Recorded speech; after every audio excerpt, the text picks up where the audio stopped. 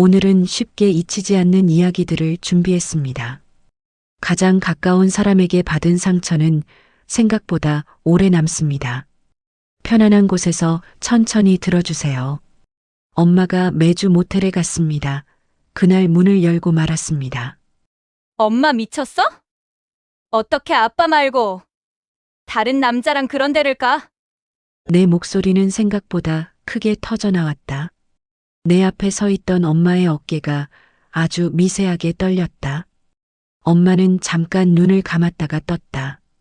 그리고 아주 낮은 목소리로 말했다. 서연아, 부탁이야. 그 말 한마디였다. 아빠에겐 말하지 마. 그 순간 내 머릿속에서 무언가가 툭 하고 끊어지는 느낌이 들었다. 나는 엄마를 평생 존경해왔다. 아니, 존경이라는 단어로도 부족했다. 엄마는 내 인생의 자랑이었다. 내 이름은 서연. 올해 38살. 나는 지금 한 아이의 엄마이자 한 남자의 아내로 살아가고 있지만 내 인생에서 가장 강한 사람을 꼽으라면 단 한 사람이다. 바로 우리 엄마 정혜. 엄마는 참 고운 사람이었다. 예순이라는 나이가 믿기지 않을 만큼 피부는 매끈했고 잔주름 하나도 허투루 생긴 것처럼 보이지 않았다. 하지만 나는 알고 있다. 그 피부 아래에 얼마나 많은 세월이 묻혀 있는지. 내 어린 시절 기억 속 엄마는 항상 떨고 있었다.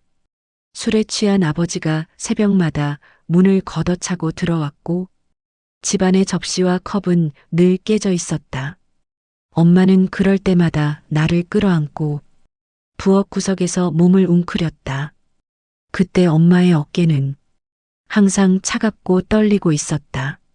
그러던 어느 날 아버지는 우리를 버리고 떠났다. 그날 이후 엄마는 완전히 다른 사람이 되었다. 더 강해졌고, 더 조용해졌고, 그리고 더 단단해졌다. 몇 년 뒤 엄마는 한 남자를 만났다. 민철 아저씨.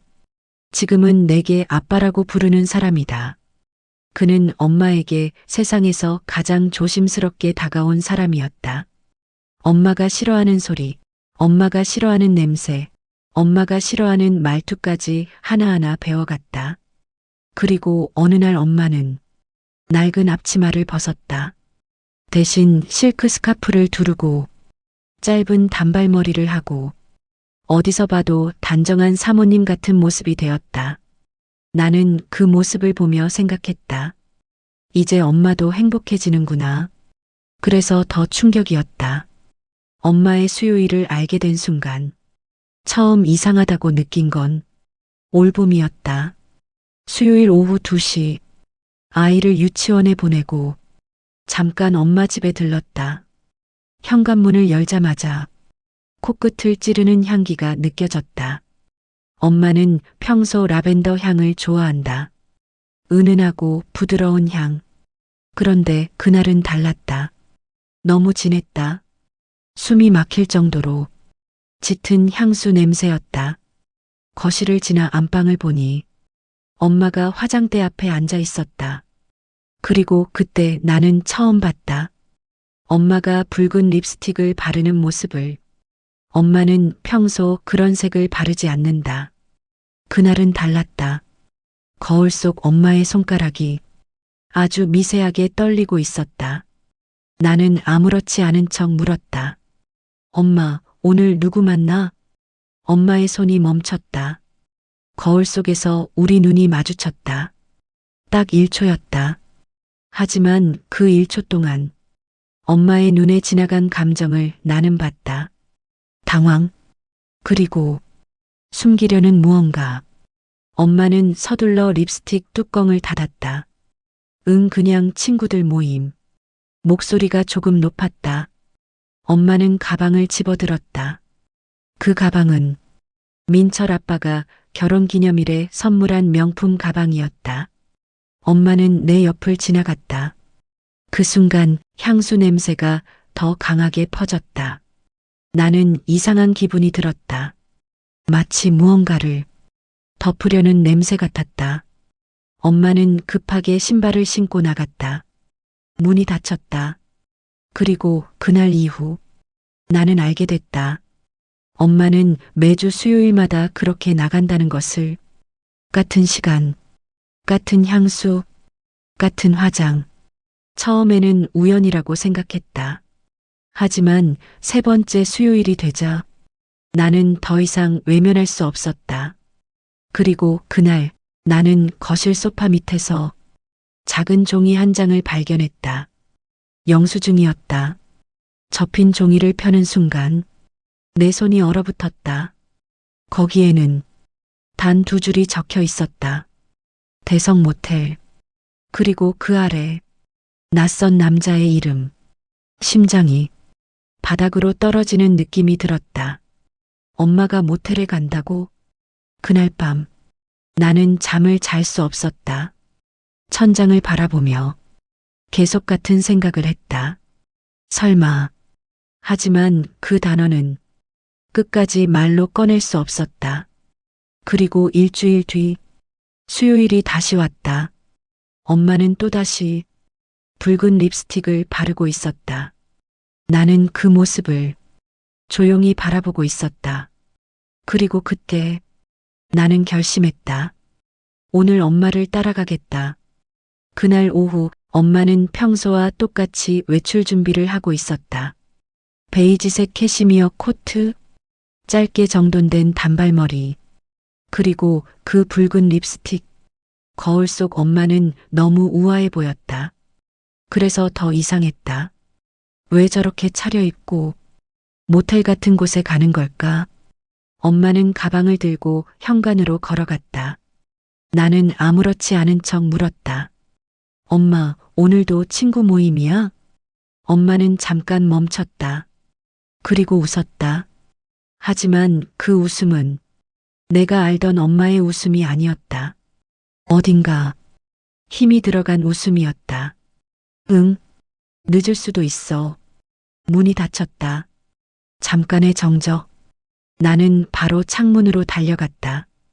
엄마의 차가 천천히 골목을 빠져나가고 있었다. 내 심장이 빠르게 뛰기 시작했다. 지금이다. 나는 서둘러 가방을 들고 집을 나섰다. 차 시동을 켰다. 손이 떨렸다.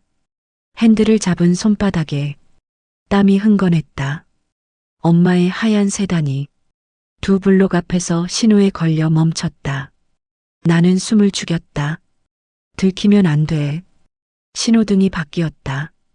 엄마의 차가 다시 움직였다. 나는 일정한 거리를 유지하며 따라갔다. 처음에는 평소와 같은 길이었다. 대형마트, 카페거리, 병원. 하지만 몇 분 뒤 엄마의 차는 방향을 틀었다. 도시의 중심가가 아니라 변두리 쪽으로. 점점 건물들이 낡아졌다.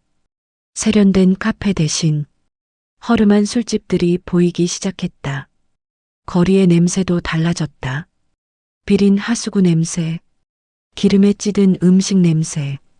내 심장이 더 빠르게 뛰었다. 설마. 그리고 몇 분 뒤 엄마의 차가 한 건물 앞에서 멈췄다. 나는 차를 멀찍이 세웠다. 그 건물을 바라봤다. 낡은 붉은 벽돌, 빛이 반쯤 나간 네온 간판. 거기에는 이렇게 적혀 있었다. 대성 모텔. 목이 말랐다. 내 예상이 맞았다는 사실이 오히려 더 믿기지 않았다. 엄마가 차에서 내렸다. 그 우아한 코트 차림으로 엄마는 주변을 잠깐 둘러봤다. 그리고 망설임 없이 모텔 안으로 들어갔다. 마치 여러 번 와본 사람처럼. 그 순간 내 머릿속에서 무언가가 터졌다. 말도 안 돼. 내 입에서 낮은 욕설이 새어나왔다. 엄마가 이런 곳을? 엄마가 다른 남자를 만나러? 나는 차 문을 열었다. 다리가 이상하게 힘이 풀렸다. 하지만 멈출 수 없었다. 나는 천천히 모텔 쪽으로 걸어갔다. 입구를 지나자 눅눅한 냄새가 코를 찔렀다. 오래된 담배 냄새, 곰팡이 냄새, 그리고 어딘가 퀴퀴한 공기. 프런트에는 아무도 없었다. 벽에 붙은 작은 CCTV가 천천히 돌아가고 있었다. 나는 최대한 고개를 숙였다. 그때였다. 계단 옆 쓰레기통 위에 무언가가 놓여 있었다. 접힌 종이였다. 무심코 시선을 주었다. 그리고 순간적으로 심장이 멎는 것 같았다. 그 종이 위에는 익숙한 글씨가 적혀 있었다. 엄마 글씨였다. 나는 떨리는 손으로 종이를 집어들었다. 짧은 메모였다. 딱 한 줄. 오늘도 상태가 많이 안 좋아 보입니다. 내 머리가 하얘졌다. 상태? 누구 상태? 그 아래에는 작은 봉투 하나가 붙어 있었다. 병원 로고가 찍혀 있었다. 나는 봉투를 살짝 열었다. 안에는 몇 장의 서류가 들어 있었다. 진단서였다. 내 시선이 한 줄에 멈췄다. 환자 이름 강태식. 순간 숨이 멎었다. 그 이름 나는 알고 있었다. 아니, 절대 잊을 수 없는 이름이었다. 내 어린 시절을 지옥으로 만들었던 남자, 술에 취해 엄마를 때리던 남자, 우리 집을 깨부수던 남자, 그리고 어느 날 우리를 버리고 떠났던 남자, 내 친아버지, 강태식. 나는 서류를 떨어뜨릴 뻔했다. 말도 안 돼. 머릿속이 어지러웠다. 왜 엄마가 저 인간 이름이 적힌 서류를 가지고 있지? 그때였다. 위층에서 낮은 소리가 들려왔다. 삐걱. 누군가 문을 여는 소리였다. 나는 반사적으로 고개를 들었다. 그리고 계단 위에서 익숙한 실루엣을 봤다. 엄마였다. 엄마는 302호 방문 앞에 서 있었다. 잠깐 멈춰 서 있더니 가방에서 열쇠를 꺼냈다. 열쇠였다. 프런트에서 받는 카드키가 아니라 직접 가지고 있는 열쇠. 엄마가 문을 열었다. 그리고 안으로 들어갔다. 문이 닫혔다. 나는 계단 아래에 서 있었다. 심장이 미친 듯이 뛰고 있었다. 내 머릿속에는 단 하나의 생각만 떠올랐다. 엄마는 저 방에 누구를 만나러 간 걸까? 그리고 왜 우리 친아버지 이름이 적힌 서류가 여기 있는 걸까? 나는 주머니에서 휴대폰을 꺼냈다. 연락처 목록. 첫 번째 번호. 민철 아빠. 손가락이 떨렸다. 하지만 결국 나는 전화를 눌렀다. 신호음이 울렸다. 그리고 몇 초 뒤, 서연아? 익숙한 목소리가 들렸다. 나는 입을 열었다.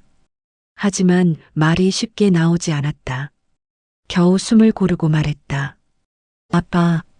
내 목소리는 완전히 떨리고 있었다. 지금 대성 모텔로 와줘. 잠깐 침묵이 흘렀다. 그리고 아빠가 물었다. 왜? 나는 위층 복도를 바라봤다. 302호 문이 조용히 닫혀 있었다. 나는 낮게 말했다. 엄마가 여기 있어.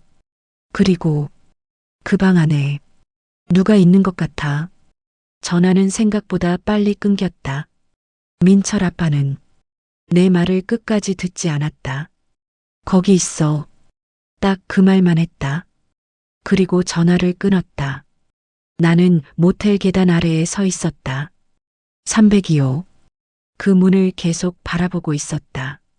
시간이 이상하게 느리게 흘렀다. 벽시계 초침 소리도 없는데 마치 틱틱틱 소리가 들리는 것 같았다. 내 머릿속은 완전히 엉망이었다. 엄마가 저 방 안에 있다. 그리고 저 안에는 누가 있다. 그 생각이 계속 맴돌았다. 나는 위층으로 한 발 올라갔다. 계단이 삐걱거렸다. 멈췄다. 숨을 죽였다. 복도는 조용했다. 302호 문 아래로 희미한 불빛이 새어나오고 있었다.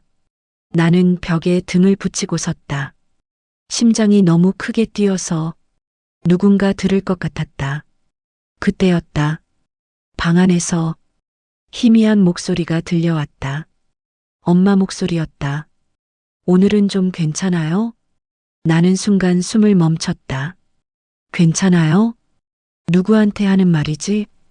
잠깐 정적이 흐른 뒤 다른 소리가 들렸다. 아주 낮고 쉰 목소리였다. 물. 나는 눈을 크게 떴다. 남자 목소리였다. 확실했다. 내 손이 주먹으로 꽉 쥐어졌다. 역시 심장이 세게 내려앉았다. 엄마는 정말 다른 남자를 만나고 있는 걸까? 그때였다. 갑자기 계단 아래에서 문이 열리는 소리가 들렸다. 철컥. 나는 깜짝 놀라 아래를 내려다봤다. 민철 아빠였다.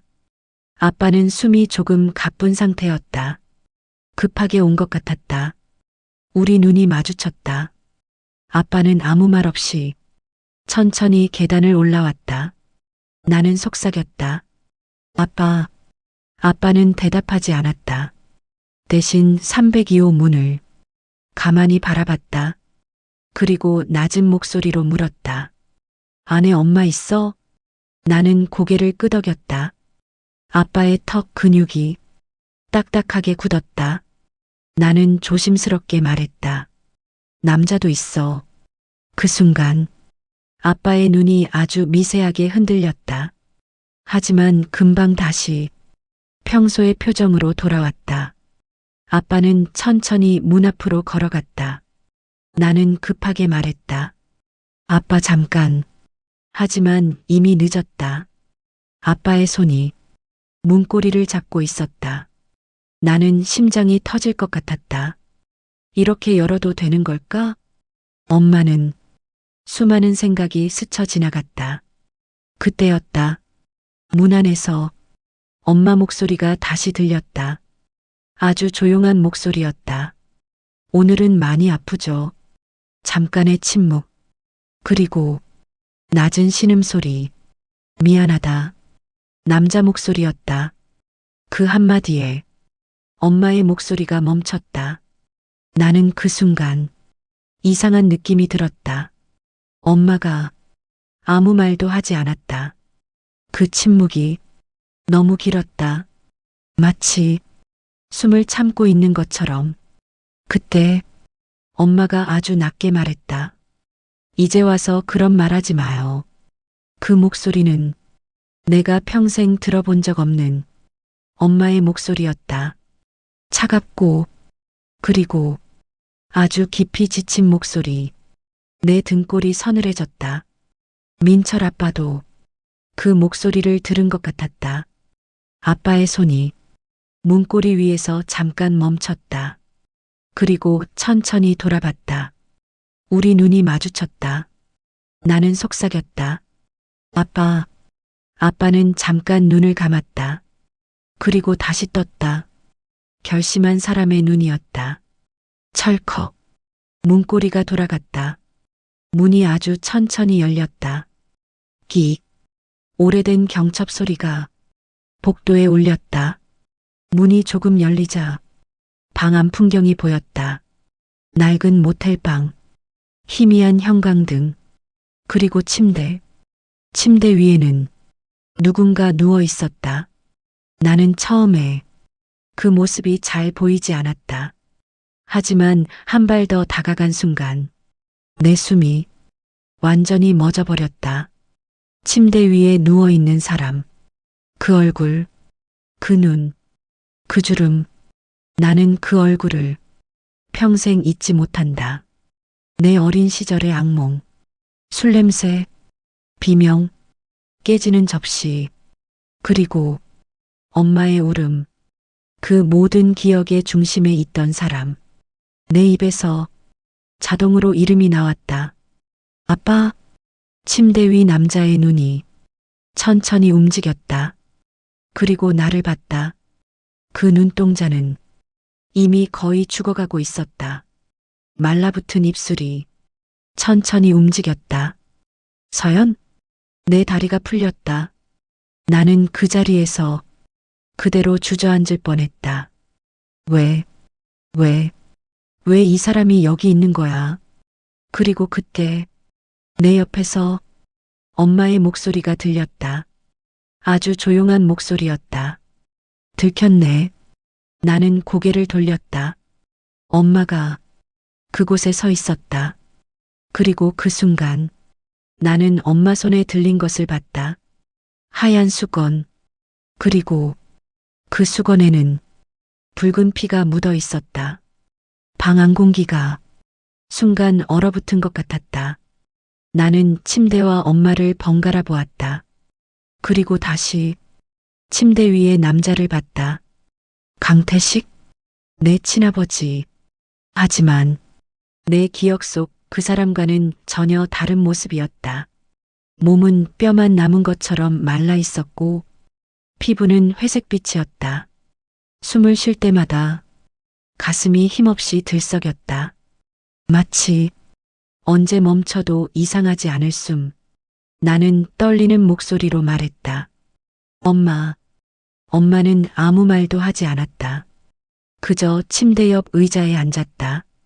그리고 조심스럽게 수건으로 남자의 입가를 닦았다. 그 손길은 너무 익숙해 보였다. 나는 이해할 수 없었다. 왜? 내 목소리가 떨렸다. 왜 이 사람을 돌보고 있어? 엄마의 손이 잠깐 멈췄다. 그리고 아주 천천히 말했다. 돌보는 거 아니야. 나는 눈을 크게 떴다. 엄마는 고개를 들지 않았다. 정리하는 거야. 정리? 그 말이 내 귀에서 맴돌았다. 그때 민철 아빠가 한 발 앞으로 나왔다. 아빠는 침대 위 남자를 잠깐 바라봤다. 그리고 엄마에게 물었다. 오늘은 어때? 그 말에 나는 고개를 번쩍 들었다. 아빠는 이미 알고 있었다. 엄마는 한숨처럼 말했다. 많이 안 좋아. 침대 위 남자가 약하게 숨을 내쉬었다. 혜정, 엄마의 이름이었다. 엄마의 눈이 잠깐 흔들렸다. 하지만 금방 다시 단단해졌다. 엄마는 조용히 말했다. 그 이름 부르지 마.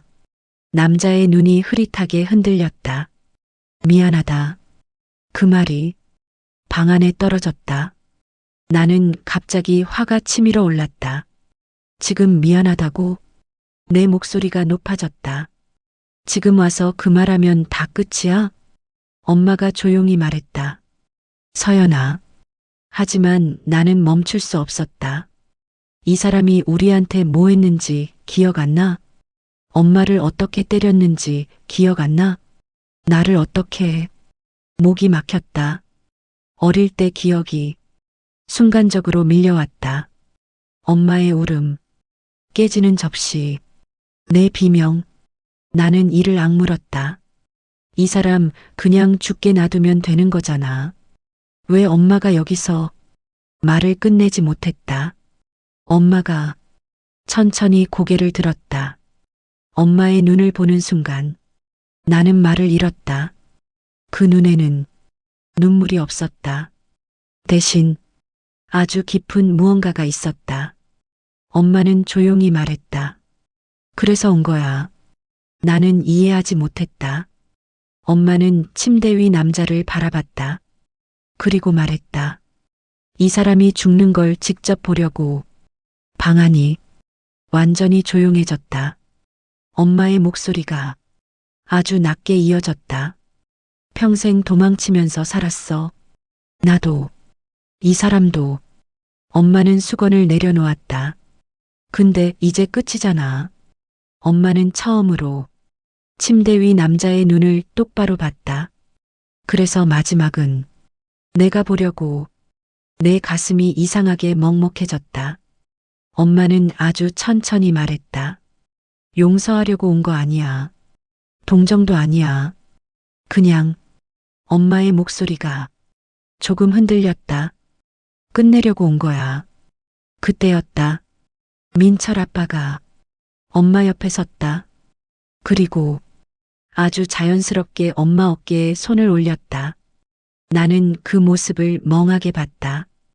아빠는 조용히 말했다. 서연아, 나는 아빠를 봤다. 아빠의 눈은 생각보다 따뜻했다. 엄마 마음속에 오래된 방이 하나 있었어. 나는 아무 말도 하지 못했다. 아빠가 말했다. 그 방 문을 닫아야 앞으로 걸어갈 수 있는 거야. 그 순간 침대 위에서 작은 숨소리가 들렸다. 남자의 숨이 점점 약해지고 있었다. 엄마는 마지막으로 그 얼굴을 바라봤다. 그리고 아주 조용히 말했다. 이제 끝이야.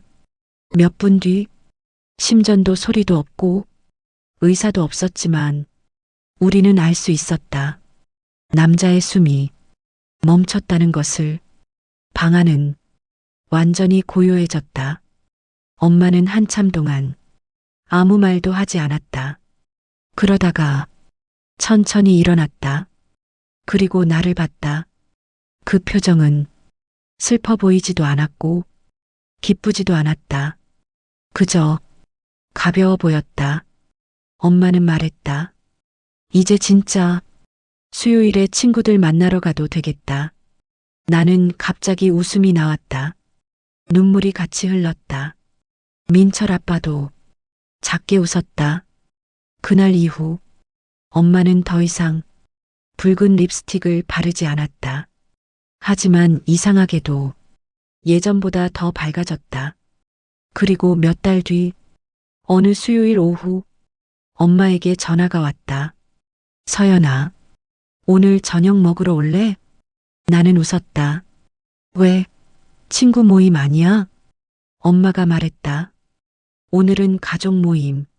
창밖을 보니 수요일 햇빛이 따뜻하게 내려오고 있었다. 그리고 나는 그때 알았다. 엄마의 수요일은 이제 도망치는 날이 아니라 살아가는 날이 되었다는 걸. 여러분이라면 이런 상황에서 용서할 수 있었을까요? 끝까지 보신 분들의 생각이 정말 궁금합니다. 댓글로 여러분의 의견을 남겨주세요. 다음 이야기에서도 생각할 거리를 남기는 사연으로 찾아오겠습니다. 가족이라는 이유로 모든 걸 이해해야 하는 걸까요? 다음 이야기도 마음이 무거워질 수 있습니다. 이혼 후 숨긴 임신 출산실에서 아기 받은 의사가 전 남편이었습니다. 산모님, 힘 주세요. 제가 받겠습니다. 그 목소리를 듣는 순간 나는 숨이 멎는 줄 알았다.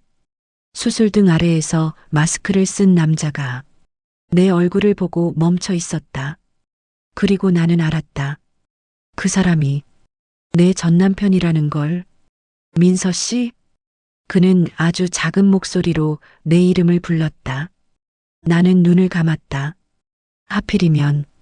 하필이면 이 순간에, 아이들이 세상에 태어나는 순간에 내 인생에서 가장 피하고 싶었던 사람이 내 앞에 서 있었다. 산모님, 지금 힘 주셔야 합니다. 옆에서 간호사가 말했지만 내 귀에는 아무 소리도 들어오지 않았다. 나는 그 남자만 보고 있었다. 도윤, 내 전남편, 그리고 지금 내 아이들의 아버지. 하지만 그 사실을 아는 사람은 여기 아무도 없었다. 도윤의 눈이 흔들렸다. 그는 잠깐 눈을 감더니 의사 목소리로 말했다. 지금 힘 주세요. 나는 이를 악물었다. 그리고 밀어냈다. 잠시 후 작은 울음소리가 터졌다. 첫째 나왔습니다. 여자아이입니다. 간호사가 말했다. 내 눈에서 눈물이 흘렀다. 그때였다. 도윤의 손이 아주 미세하게 떨리고 있다는 걸 나는 보았다. 그리고 두 번째 진통이 왔다. 한 번 더입니다. 도윤이 말했다. 그 목소리는 예전과 똑같았다. 조용하지만 이상하게 사람을 안심시키는 목소리. 나는 마지막 힘을 쥐어짜냈다. 그리고 또 하나의 울음이 터졌다. 둘째도 여자아이입니다. 분만실이 아기 울음으로 가득 찼다. 그 순간 도윤이 멈췄다. 둘째를 받아든 채 움직이지 않았다. 마치 시간이 멈춘 것처럼 마스크 위로 보이는 눈이 아이 얼굴을 내려다보고 있었다. 그리고 나는 알았다. 그도 알아버렸다는 걸.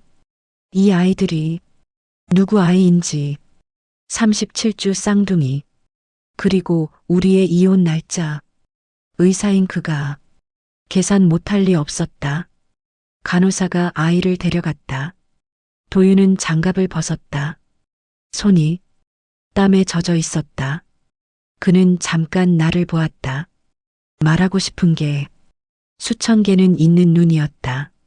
하지만 결국 한마디만 했다. 아이들 건강합니다.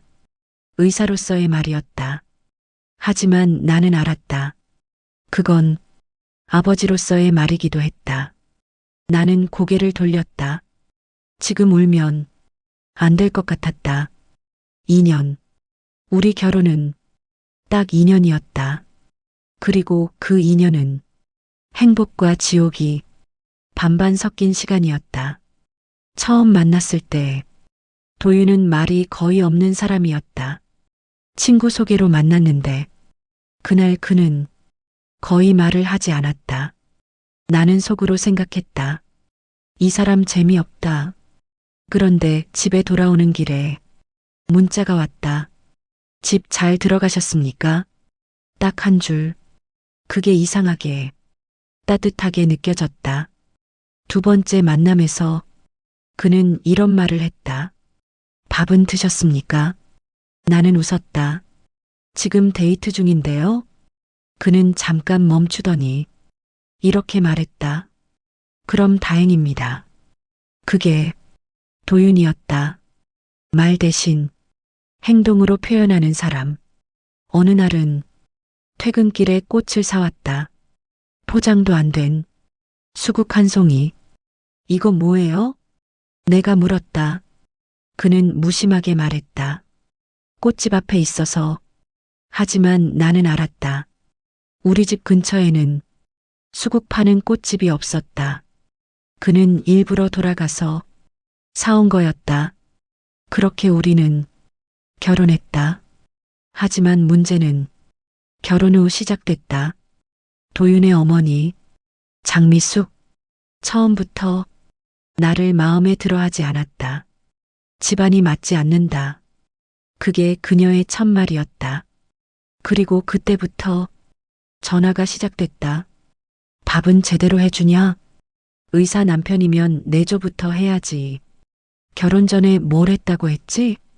나는 웃으며 대답했다. 네, 어머님. 전화를 끊으면 손이 떨렸다. 하지만 도윤에게는 말하지 않았다. 그는 병원에서 매일 30시간씩 일했다. 그에게까지 짐을 얹고 싶지 않았다. 그게 내 첫 번째 실수였다. 그리고 두 번째 실수는 그날 문을 열어준 거였다. 어느 날 저녁 초인종이 울렸다. 문을 열었을 때 장미숙이 서 있었다. 손에 서류 봉투를 들고. 그리고 그녀가 말했다. 민서야, 우리 이야기 좀 하자. 그때 나는 몰랐다. 그 봉투 안에 내 결혼을 끝내는 것들이 들어있다는 걸. 장미숙은 집 안으로 아무 말 없이 들어왔다. 마치 자기 집인 것처럼. 나는 어색하게 웃었다. 어머님, 미리 연락이라도. 이거. 그녀는 내 말을 끊고 서류 봉투를 테이블 위에 내려놨다. 툭. 두꺼운 봉투였다. 왠지 모르게 가슴이 쿵 내려앉았다. 뭔데요? 내가 물었다. 장미숙은 나를 가만히 보았다. 그리고 아주 조용히 말했다. 도윤이 이야기야. 그 순간 손끝이 차가워졌다. 나는 봉투를 열었다. 안에는 사진 몇 장이 들어 있었다. 첫 번째 사진을 보는 순간 숨이 멎었다. 도윤이었다. 그리고 낯선 여자 하나. 둘이 카페에서 마주 앉아 있었다. 두 번째 사진, 같은 여자와 차에 타고 있는 모습. 세 번째 사진, 여자가 도윤의 팔을 잡고 있었다. 나는 사진을 내려놓았다. 심장이 너무 세게 뛰었다. 이게 뭐예요? 목소리가 내 것 같지 않았다. 장미숙이 말했다. 나도 처음엔 믿기 싫었어. 그녀는 한숨을 쉬었다. 근데 어쩌겠니? 남자는 원래 그래. 내 머리가 하얘졌다. 아니에요. 나는 바로 말했다. 도윤 씨 그런 사람 아니에요. 내 말이 끝나자 장미숙이 피식 웃었다. 그래. 그녀는 봉투에서 휴대폰 캡처 사진을 꺼냈다. 카카오톡 대화였다. 발신자 이름 도윤. 나는 숨을 삼켰다. 메시지 내용이 보였다. 오늘도 보고 싶네요. 어제처럼 또 보면 안 될까요? 민서는 병원 일 때문에 바빠요. 내 눈이 흔들렸다. 장미숙이 말했다. 그래도 믿을래? 나는 아무 말도 못했다. 손이 떨렸다. 사진 속의 도윤, 메시지 속의 도윤, 그리고 내가 아는 도윤. 세 사람이 서로 다른 사람 같았다. 민서야. 장미숙이 나를 불렀다. 너 좋은 애인 건 알아. 그녀는 천천히 말했다. 근데 우리 아들 인생 망치게 할 순 없어. 나는 고개를 들었다. 무슨 말씀이세요? 그녀는 봉투에서 마지막 서류를 꺼냈다. 이혼 합의서였다. 이미 도윤 이름이 적혀 있었다. 나는 얼어붙었다. 어머님 이거. 장미숙이 말했다. 도윤이도 고민 많이 했어. 그 말은 칼처럼 꽂혔다. 거짓말이에요. 나는 거의 속삭였다. 도윤 씨가 그럴 리 없어요. 그녀는 어깨를 으쓱했다. 그럼 직접 물어봐. 나는 바로 휴대폰을 들었다. 도윤에게 전화를 걸었다. 신호음이 울렸다. 한 번, 두 번, 세 번. 하지만 전화는 연결되지 않았다. 그날 도윤은 병원에서 밤샘 수술 중이었다. 나는 그 사실을 몰랐다. 장미숙이 말했다. 봐라. 그녀는 자리에서 일어났다. 남자가 진짜 억울하면 바로 전화 받는다. 그 말이 이상하게 설득력 있게 들렸다. 내 마음이 조금씩 무너지고 있었다. 장미숙은 문 앞에서 멈췄다. 그리고 마지막 말을 남겼다. 민서야. 그녀의 목소리는 아주 차분했다. 여자가 눈치 없으면 비참해진다. 문이 닫혔다. 철컥. 집안이 완전히 조용해졌다. 나는 한참 동안 움직이지 못했다. 테이블 위에는 사진, 카카오톡 캡처, 그리고 이혼 합의서. 나는 다시 사진을 들었다. 도윤이 웃고 있었다.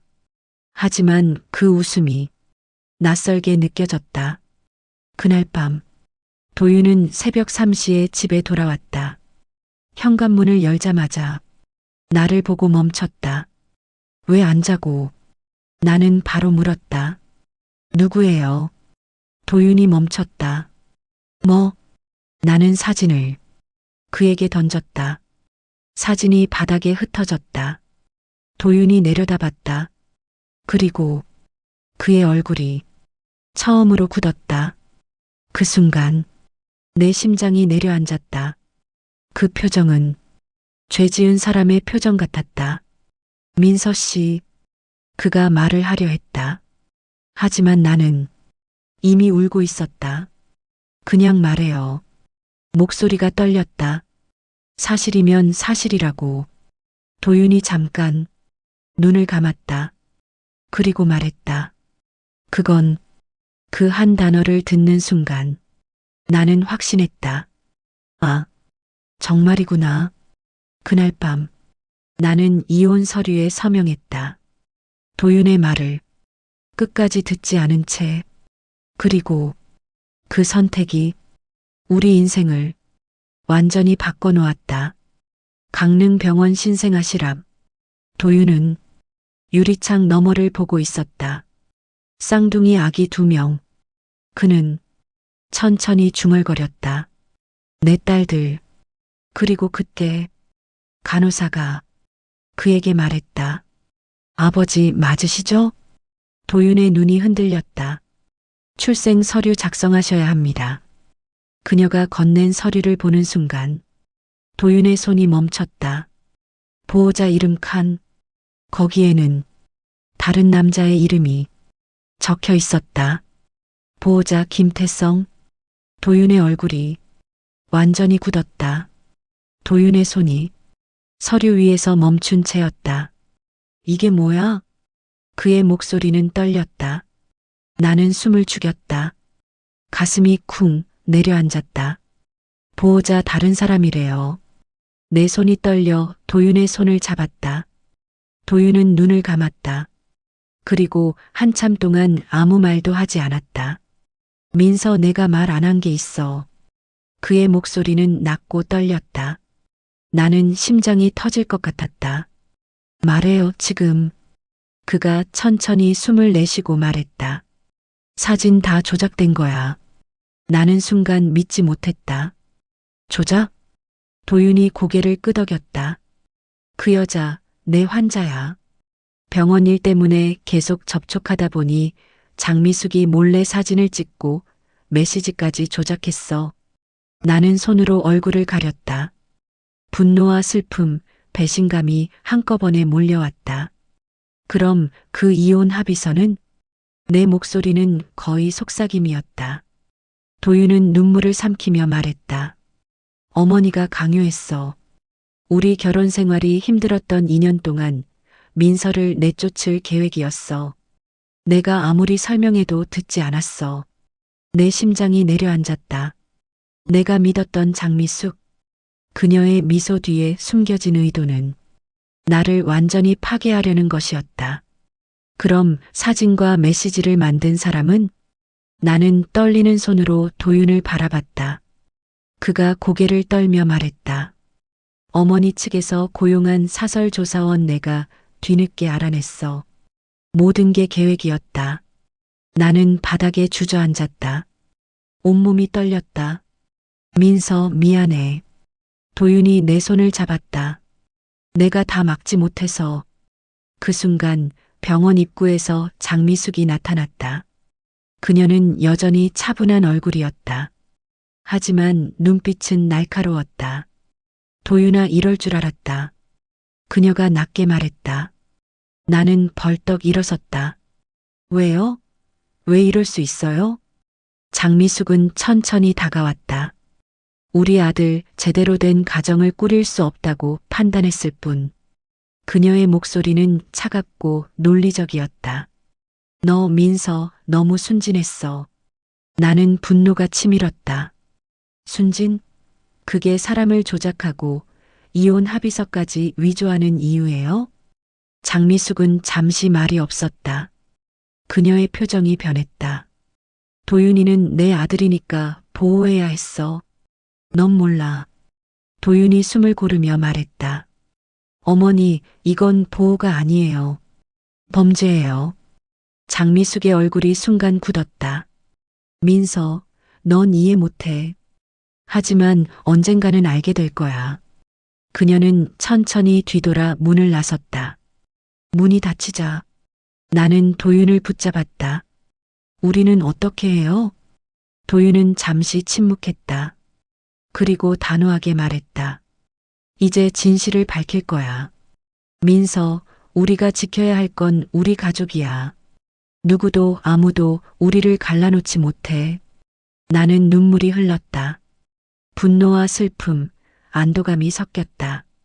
그래요, 이제 끝내자. 그날 밤 도윤은 나에게 보여줬다. 사설 조사원이 찍은 원본 사진, 조작된 메시지의 증거, 장미숙과 조사원의 이메일. 하나하나 확인할수록 내 분노는 치솟았다. 우리가 바로잡을 수 있어요? 내 목소리는 떨렸지만 마음은 단단했다. 도윤은 고개를 끄덕였다. 민서야, 끝까지 함께 해야 해. 우리 결혼 생활, 이제 진짜 시작이야. 그리고 우리는 결심했다. 장미숙이 꾸민 2년간의 함정을 모두 밝혀내고 우리의 결혼과 가족을 되찾기로. 하지만 그 과정에서 우리는 알게 되었다.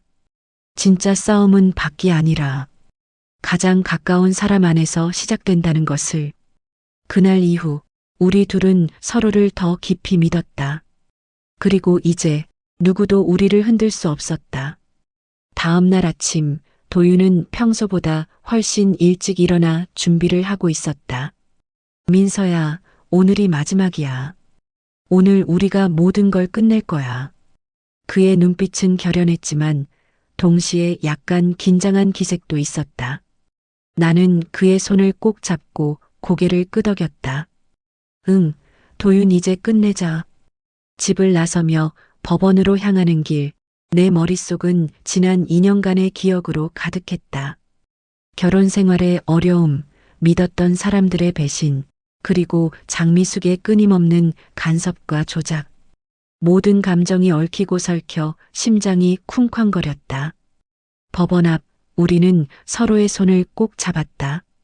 도윤은 단호하게 말했다. 민서, 우리 준비한 모든 걸 제출하면 더 이상 흔들릴 일 없어. 그 순간 장미숙이 나타났다. 늘 완벽하게 단정한 모습이지만 오늘은 눈빛이 싸늘했다. 도윤, 민서 오늘 이 자리에서 모든 걸 밝히겠다는 거지? 그녀의 목소리는 차갑지만 숨겨진 불안이 느껴졌다. 도윤은 흔들림 없이 답했다. 네, 어머니. 더 이상 거짓으로 우리를 갈라놓을 순 없습니다. 법정 안 우리는 변호사와 함께 조작 증거들을 제출했다. 장미숙이 보낸 조작 메시지 원본, 조작된 사진과 이메일, 조사원에 잡힐 진술서. 판사가 자료를 검토하는 동안 장미숙은 얼굴이 점점 굳어졌고 손이 떨렸다. 도윤아, 이게 무슨 짓이야? 목소리가 떨리기 시작했지만 겉으로는 평정을 유지하려 애썼다. 도윤은 침착하게 답했다. 어머니, 그동안 우리 결혼 생활을 조작한 모든 증거가 여기 있습니다. 이제 끝입니다. 조사원까지 증인으로 서서 진술을 이어갔다. 장미숙 씨의 지시에 따라 메시지와 사진을 조작했습니다. 모든 증거가 사실입니다. 법정안은 숨죽이며 그 말을 지켜봤다. 장미숙은 순간 말을 잃었다. 얼굴이 창백해졌고 손이 더욱 떨렸다. 판사가 천천히 입을 열었다. 증거와 진술을 종합하면 해당 조작은 명백한 법적 범죄에 해당합니다. 내 심장은 터질 듯 뛰었다. 도윤의 손을 꼭 잡았다. 민서, 우리가 해냈어. 도윤은 미소 지으며 속삭였다. 이제 진짜 시작이야. 법정을 나오는 길, 장미숙은 조용히 우리를 바라보았다. 그리고 낮게 말했다. 도윤, 민서 알겠어. 너희가 이겼어. 하지만 잊지 마. 나는 눈을 크게 뜨고 물었다. 잊지 말라니요? 그녀는 고개를 끄덕이며 뒤돌았다. 가장 가까운 사람 안에서의 싸움이 가장 아픈 법이란 걸 항상 기억해. 그 순간 나는 도윤에게 속삭였다. 우리 앞으로도 서로 지켜야 해요. 어떤 일이 있어도. 도윤은 내 손을 꼭 잡으며 말했다. 약속해, 민서. 이제 누구도 우리를 흔들 수 없어. 집으로 돌아오는 길, 나는 지난 2년을 떠올렸다. 결혼 생활 동안 겪었던 고통과 외로움, 하지만 그 안에서 도윤과 쌓아온 작은 신뢰와 사랑이 있었다. 이제야 비로소 그것이 결실을 보는 순간이었다. 집에 들어와 문을 닫자 공기가 한층 차분해졌다. 끝났다고 생각해도 마음 한켠은 여전히 떨려요. 나는 솔직히 말했다. 도윤은 나를 안으며 부드럽게 말했다. 민서야, 두려움은 자연스러운 거야. 하지만 우리가 서로를 믿으면 괜찮아. 그날 밤 우리는 서로의 손을 맞잡고 조용히 눈을 감았다. 끝났다. 정말 끝났어. 그러면서도 마음 한켠에는 장미숙이 남긴 말이 맴돌았다. 가장 가까운 사람 안에서의 싸움. 나는 마음속으로 다짐했다.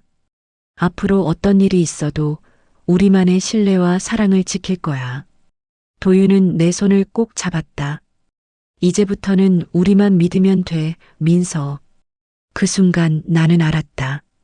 지난 2년간의 고통은 끝났지만 우리의 사랑과 신뢰는 이제야 진짜로 시작된 것이라는 것을. 나는 도윤에게 웃으며 말했다. 이제 진짜 시작이네요. 도윤도 웃었다. 응, 민서. 우리 앞으로 함께라면 어떤 어려움도 이겨낼 수 있어. 창밖으로 보이는 달빛 아래 우리 둘은 긴 숨을 내쉬며 서로의 존재를 확실히 느끼며 진짜 결혼 생활의 새로운 장을 맞이했다. 그때 나는 깨달았다. 진짜 반전은 결국 우리 스스로의 믿음과 용기 속에 있었다는 것을. 그 순간 나는 깨달았다. 진짜 반전은 외부에 있지 않았다. 가장 큰 싸움과 성장, 그리고 사랑의 시작은 우리 스스로의 선택과 믿음 속에 있었다. 그리고 지금 당신에게 묻는다. 당신은 지금 가장 소중한 사람과의 관계를 지킬 용기가 있나요? 행동은 말보다 강하다. 용기 있는 선택, 솔직한 대화, 서로를 향한 믿음. 그것이 우리가 매 순간의 시련을 넘어 진짜 행복을 시작하게 만드는 힘이다. 지금 이 순간 가까운 사람에게 손을 내밀어 보라. 말하지 못한 마음을 전하고 진심으로 믿음을 확인하라. 당신의 이야기도 이 결말처럼 새롭게 시작될 수 있다. 사람의 인연은 끝났다고 생각하는 순간에도 이어지기도 합니다. 마지막 이야기는 더 깊은 여운을 남깁니다. 어머니를 섬에 버렸습니다. 3년 뒤 받은 연락에 무너졌습니다. 어머니, 요양원비가 한 달에 150만 원입니다. 그 말을 듣는 순간 민수의 머릿속이 멍해졌다. 의사는 서류를 넘기며 차분하게 말했다. 혼자 사시는 건 이제 위험합니다.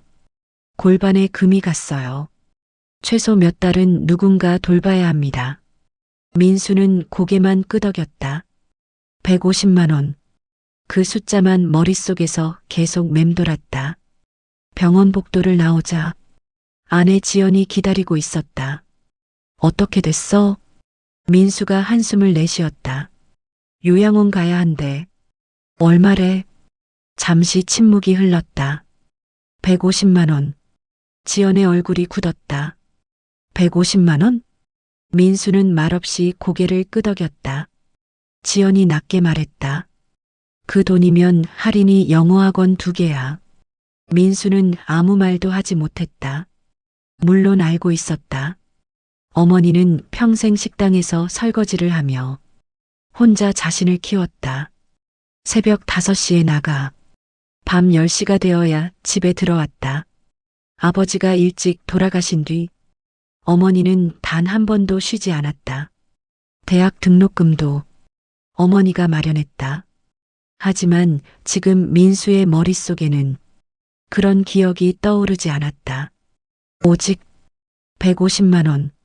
그 숫자뿐이었다. 지연이 입을 열었다. 여보, 응? 시골에 모시면 안 될까? 민수가 고개를 들었다. 시골? 지연이 휴대폰을 꺼냈다. 우리 이모 친구가 섬에서 사는데 빈방 하나 있대. 섬? 공기 좋고 바다 보이고 노인들 많이 사는 마을이래. 민수는 뭔가 이상한 느낌이 들었다. 그래서 지연이 말했다. 거기 월 30만 원이면 된대. 민수의 눈이 흔들렸다. 150만 원, 30만 원. 순간 머릿속에서 계산이 돌아갔다. 한 달에 120만 원 차이. 1년이면 1440만 원. 그 돈이면 할인이 학원도 더 보내고 대출도 조금 갚을 수 있다. 지연이 조심스럽게 말했다. 어머니도 좋으실 거야. 공기 좋은 데서 사시는 거잖아. 민수는 아무 말도 하지 않았다. 하지만 이미 알고 있었다. 그게 버리는 거라는 걸. 며칠 뒤 민수는 병원으로 갔다. 어머니 박순자는 병실 창밖을 보고 있었다.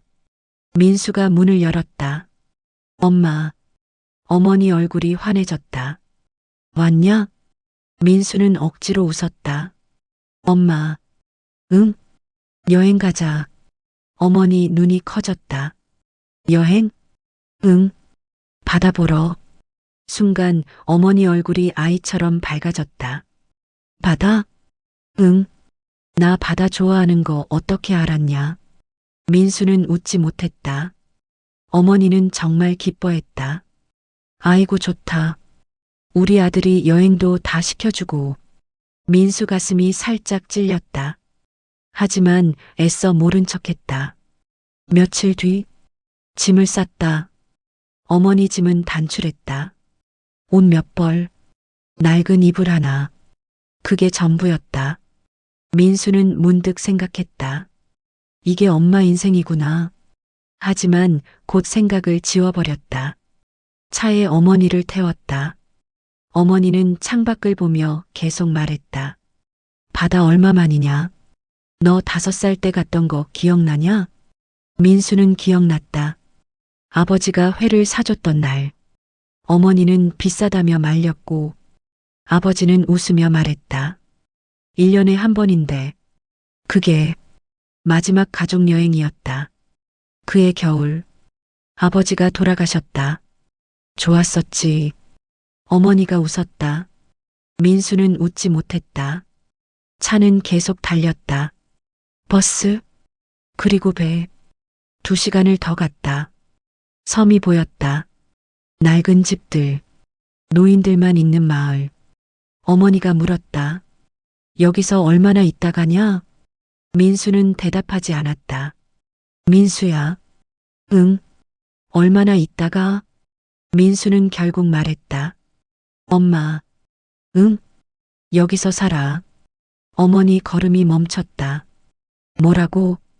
민수는 고개를 숙였다. 요양원비가 150만 원이야. 바람이 불었다. 어머니는 한참 동안 민수를 바라봤다. 그리고 조용히 말했다. 그래서 잠시 침묵. 나를 여기다 버리는 거냐? 민수는 대답하지 못했다. 대답하는 순간 진짜가 되니까. 그래서 말했다. 버리는 거 아니야. 모시는 거야. 말을 하고 나서 민수 스스로도 놀랐다. 이렇게 뻔뻔한 말이 입에서 나올 줄 몰랐다. 공기도 좋잖아. 어머니 눈에 눈물이 고였다. 하지만 아무 말도 하지 않았다. 잠시 후 어머니가 말했다. 그래. 그리고 작은 집 안으로 천천히 들어갔다. 민수는 뒤돌아섰다. 차를 탔다. 그리고 출발했다. 100m쯤 갔을까? 민수는 백미러를 봤다. 어머니가 서 있었다. 손도 흔들지 못하고 그게 마지막 모습이었다. 그날 이후 민수는 한 번도 섬에 가지 않았다. 그리고 정확히 3년이 흘렀다. 그때까지는 자신의 인생이 무너질 줄 몰랐다. 3년 동안 민수는 그 섬을 한 번도 떠올리지 않았다. 처음 몇 주는 가끔 생각이 났다. 어머니가 밥은 드시는지, 다리는 괜찮은지. 하지만 시간이 지나자 생각은 점점 옅어졌다. 한 달이 지나고 2달이 지나고 어머니 얼굴이 희미해졌다. 대신 통장 잔액이 늘어났다. 어느 날 밤이었다. 지연이 휴대폰을 보여줬다. 여보 봐. 뭐? 이번 달 150만 원 안 나갔잖아. 민수는 화면을 봤다. 잔액이 그대로였다. 지연이 웃었다. 이 돈이면 할인이 학원 하나 더 보내자. 민수도 고개를 끄덕였다. 그래. 그날 이후 민수의 죄책감은 점점 사라졌다. 대신 현실적인 생각이 늘어났다. 150만 원. 1년이면 1,800만 원. 그 돈이면 아이 교육도 시키고 미래도 준비할 수 있다. 지연이 말했다. 어머니도 좋으실 거야.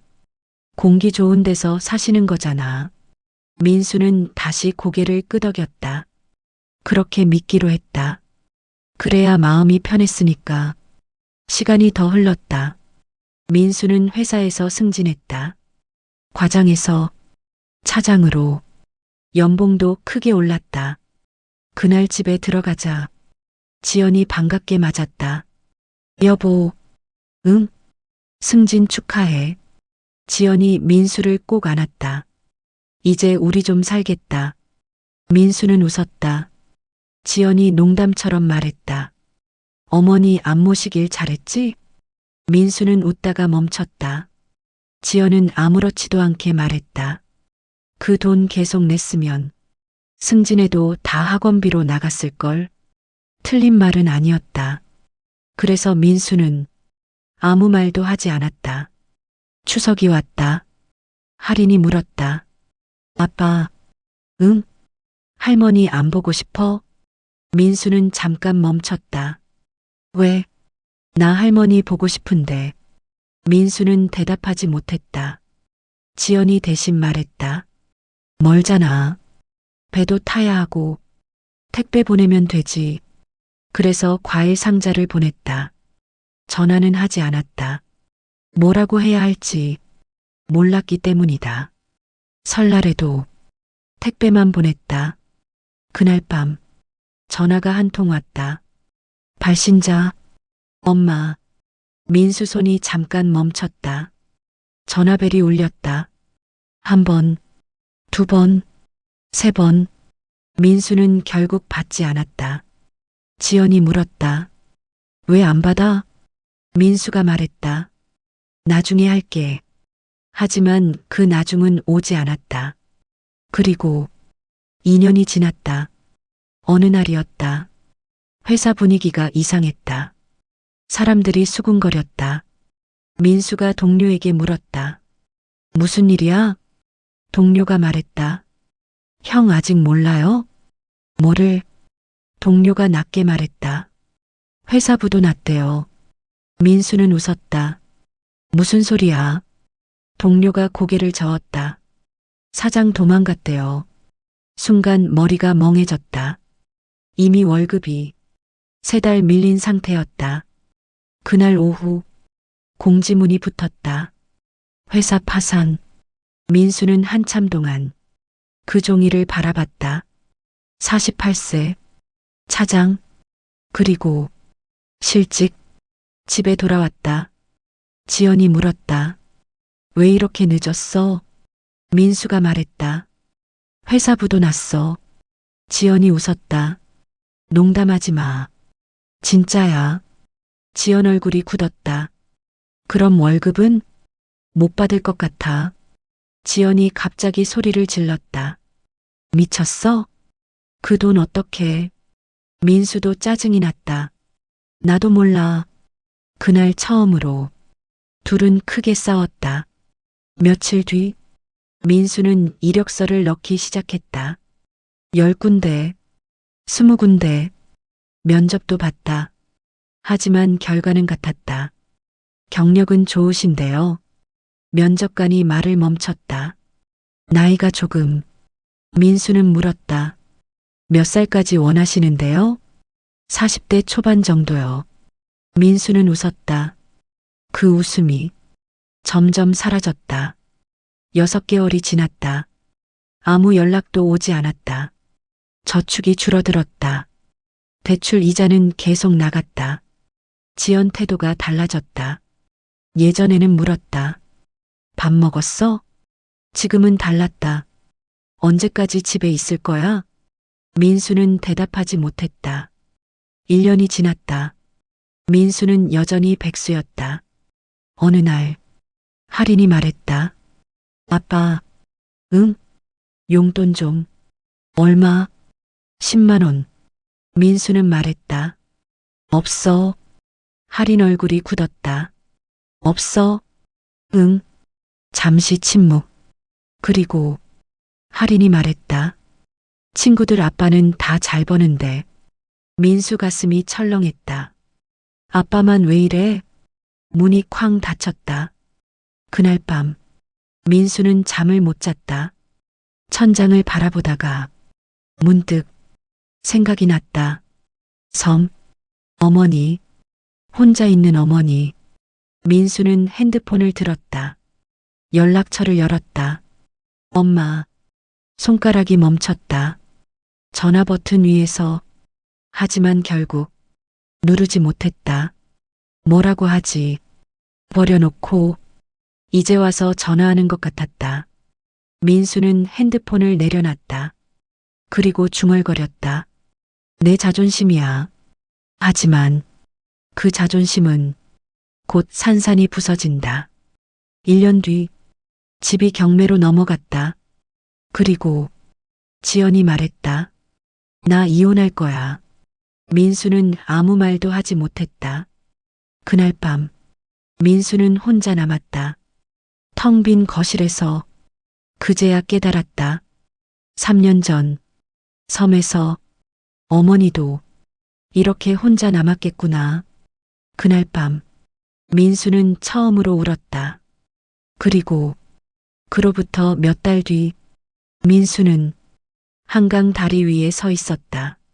난간을 잡고 강물을 내려다보며 그때였다. 전화가 울렸다. 모르는 번호였다.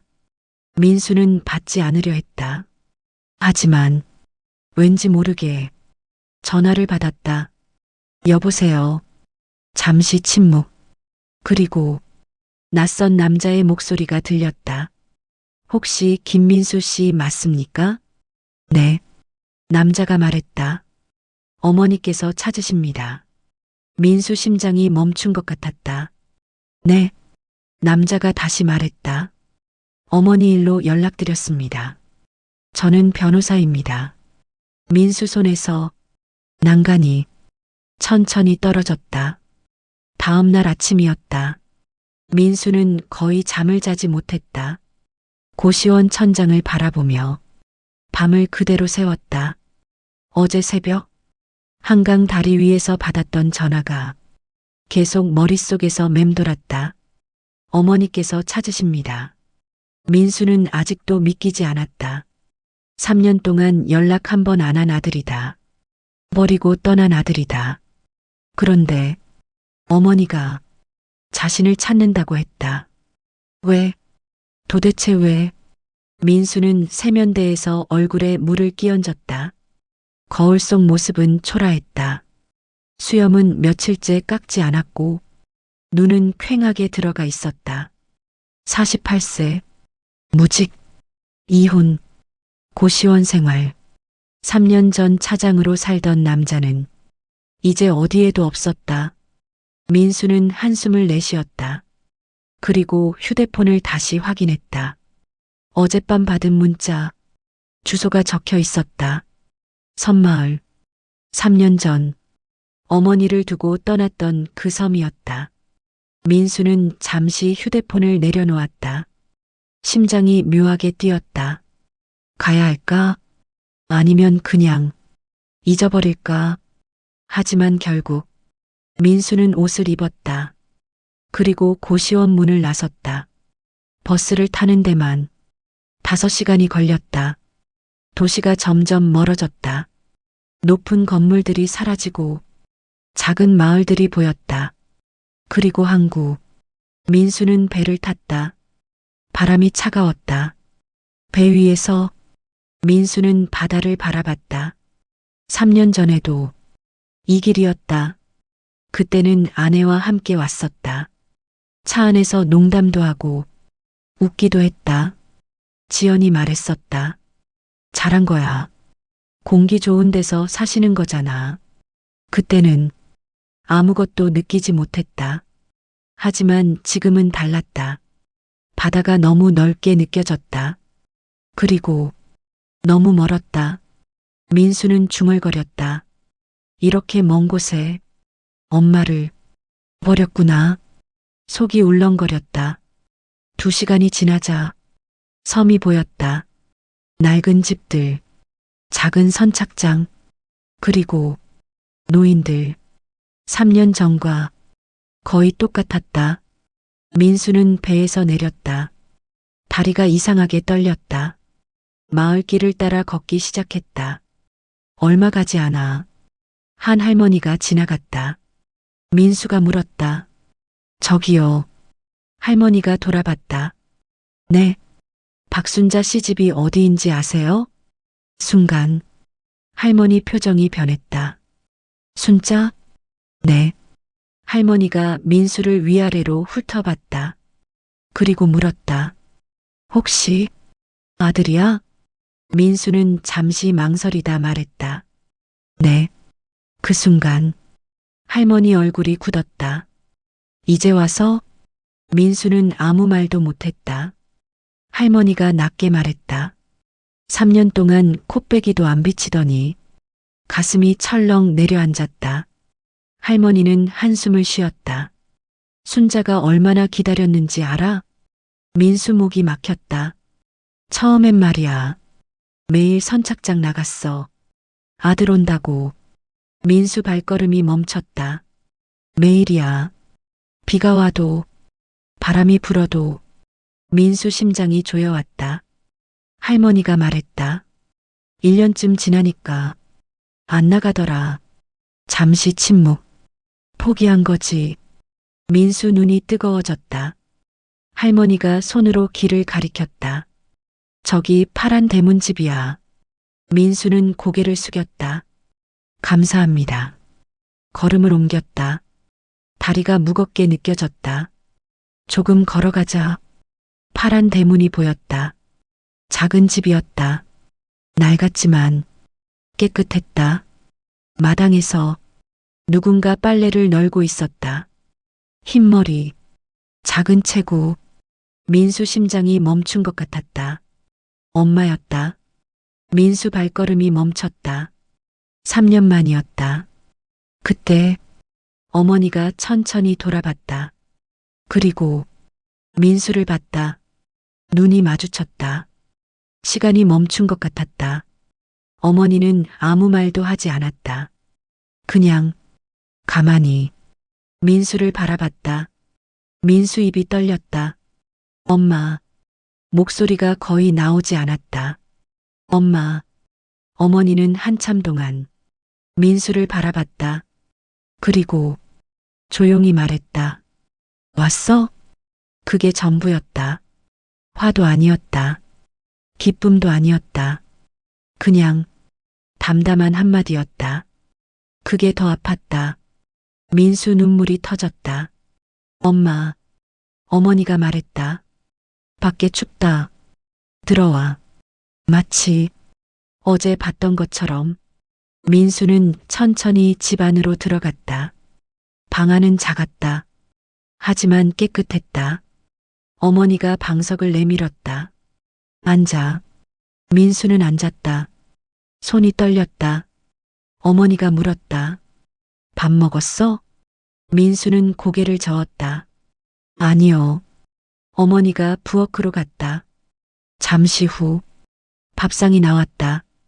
된장찌개, 나물 2가지, 그리고 밥. 어머니가 말했다. 많이 못 차렸다. 민수는 숟가락을 들었다. 한 입 먹었다. 그 순간 눈물이 쏟아졌다. 어머니 된장찌개였다. 어릴 때 먹던 그 맛. 민수는 숟가락을 내려놨다. 그리고 바닥에 무릎을 꿇었다. 엄마. 어머니가 놀랐다. 왜 그래? 민수는 고개를 숙였다. 잘못했어요. 눈물이 계속 떨어졌다. 진짜 잘못했어요. 150만 원 아까워서 목이 막혔다. 엄마 버렸어요. 나쁜 놈이에요. 저 진짜 나쁜 놈이에요. 미안해요. 진짜 미안해요. 방 안이 조용해졌다. 어머니는 아무 말도 하지 않았다. 한참 뒤 어머니 손이 민수 머리 위에 올라왔다. 거칠었다. 평생 설거지하며 일했던 손이었다. 어머니가 말했다. 일어나. 민수는 울면서 고개를 들었다. 어머니가 말했다. 밥 먹어. 식는다. 민수는 더 울었다. 그때였다. 대문에서 노크 소리가 들렸다. 똑똑. 어머니가 말했다. 왔네. 민수가 물었다. 누구요? 문이 열렸다. 양복을 입은 남자가 들어왔다. 그리고 말했다. 김민수 씨 맞으시죠? 민수는 고개를 끄덕였다. 남자가 명함을 내밀었다. 정태성 변호사입니다. 민수 심장이 다시 뛰기 시작했다. 변호사가 가방에서 서류를 꺼냈다. 그리고 말했다. 어머니 재산 문제로 말씀드릴 게 있습니다. 민수는 멍한 얼굴로 물었다. 재산이요? 그 순간 어머니가 조용히 밥을 먹고 있었다. 변호사가 말했다. 어머니 명의 재산이 서류를 넘겼다. 그리고 말했다. 총 22억 원입니다. 민수 손에서 숟가락이 툭 하고 떨어졌다. 숟가락이 바닥에 떨어졌다. 툭. 민수는 아무 말도 하지 못했다. 22억이요? 입에서 겨우 나온 말이었다. 변호사 정태성이 고개를 끄덕였다. 네. 현재 확인된 재산이 그렇습니다. 민수는 멍한 얼굴로 어머니를 바라봤다. 어머니는 여전히 밥을 천천히 먹고 있었다. 마치 이미 알고 있다는 듯이 민수가 떨리는 목소리로 말했다. 엄마, 이게 무슨... 변호사가 서류를 한 장 더 꺼냈다. 설명드리겠습니다. 민수는 서류를 내려다봤다. 상가 건물 지분 15억, 예금 5억, 주식 2억, 총액 22억 원. 민수 머리가 새하얘졌다. 150만 원. 그 돈이 아까워서 어머니를 버렸다. 그런데 어머니는 22억을 가지고 있었다. 민수 입이 떨렸다. 엄마 왜? 어머니가 밥을 내려놓았다. 그리고 조용히 말했다. 말 안 했으니까. 민수는 이해가 되지 않았다. 왜요? 어머니는 잠시 생각하다 말했다. 돈 있으면 사람이 변하니까. 민수 가슴이 철렁 내려앉았다. 어머니는 계속 말했다. 내가 가난했을 때는 너도 열심히 살더라. 근데 돈 생기면 말을 멈췄다. 사람이 게을러져. 민수는 아무 말도 할 수 없었다. 변호사가 다시 말했다. 그래서 어머니께서 지금까지 재산을 공개하지 않으셨습니다. 민수는 머리를 감싸쥐었다. 만약 3년 전에 이 사실을 알았더라면 자신은 어머니를 버리지 않았을 것이다. 그 생각이 들자 가슴이 더 아팠다. 어머니가 민수를 바라봤다. 그리고 말했다. 근데 민수 고개가 들렸다. 돈 줄 수는 있다. 민수 눈이 흔들렸다. 정말요? 어머니는 고개를 끄덕였다. 대신 그 한마디에 방 안 공기가 달라졌다. 민수는 숨을 삼켰다. 대신 뭐요? 어머니가 변호사를 바라봤다. 변호사가 서류 한 장을 내밀었다. 조건이 있습니다. 민수는 서류를 받았다. 그리고 읽었다. 조건. 김민수는 노인요양원에서 요양보호사로 3년간 근무한다. 근무 기간 동안 중도 포기 시 상속권은 즉시 박탈된다.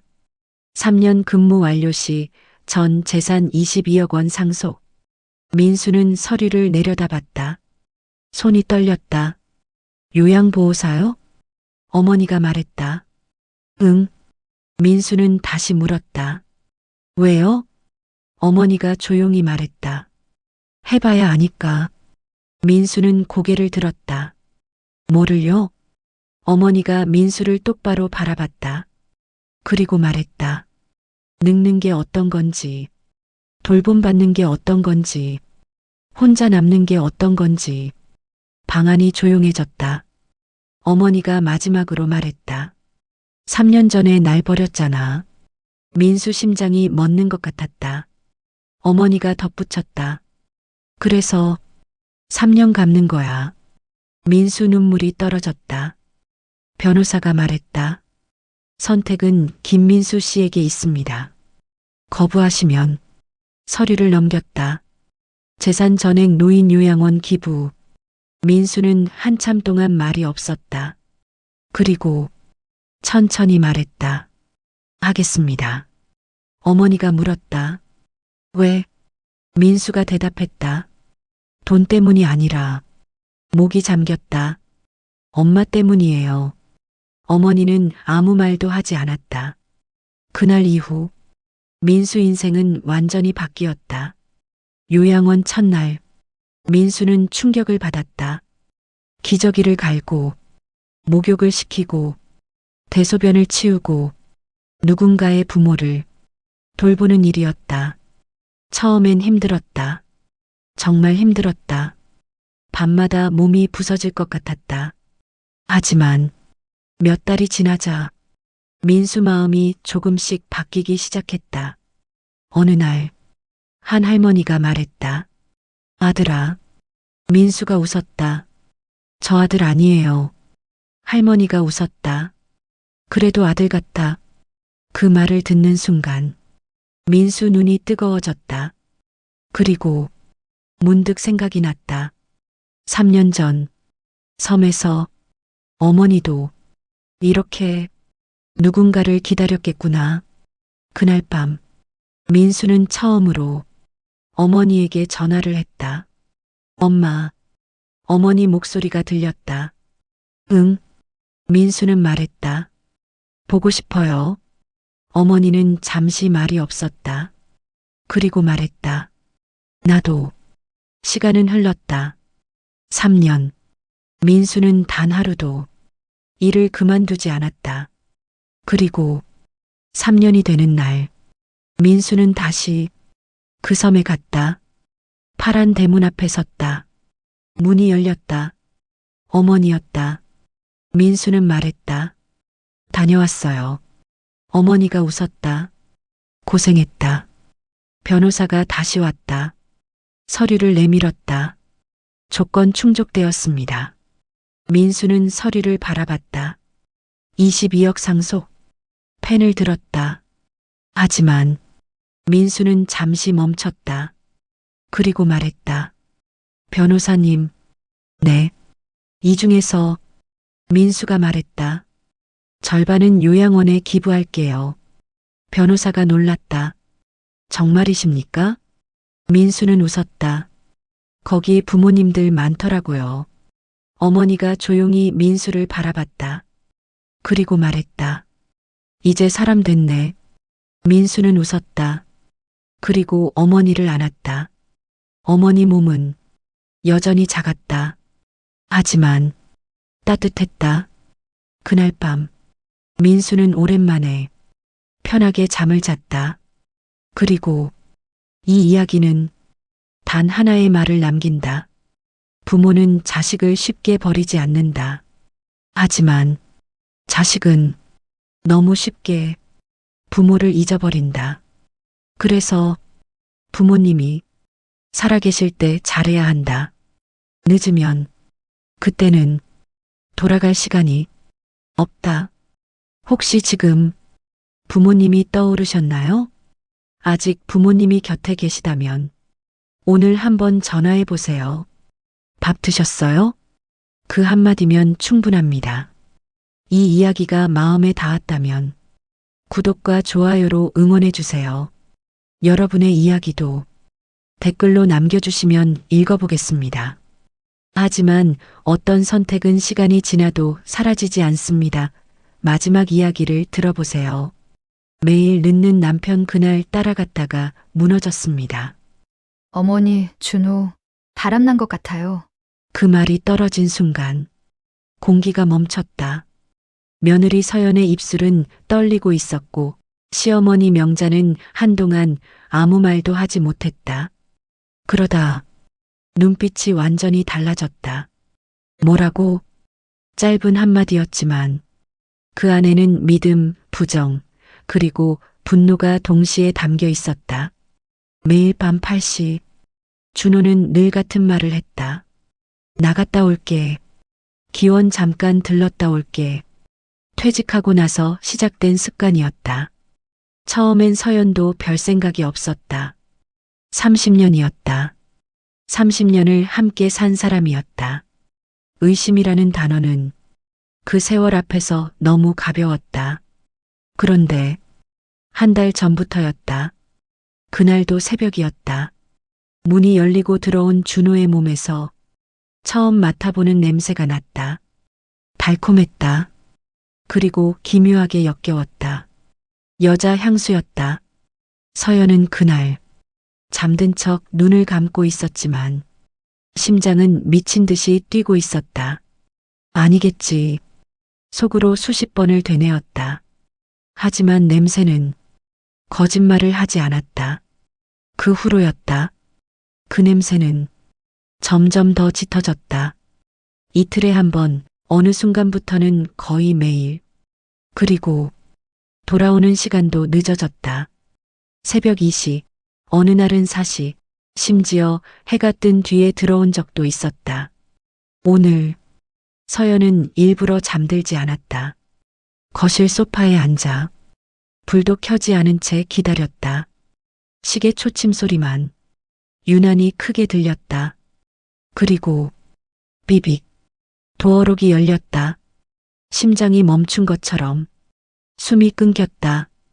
준호가 들어왔다. 그 순간 공기가 확 바뀌었다. 짙은 장미향.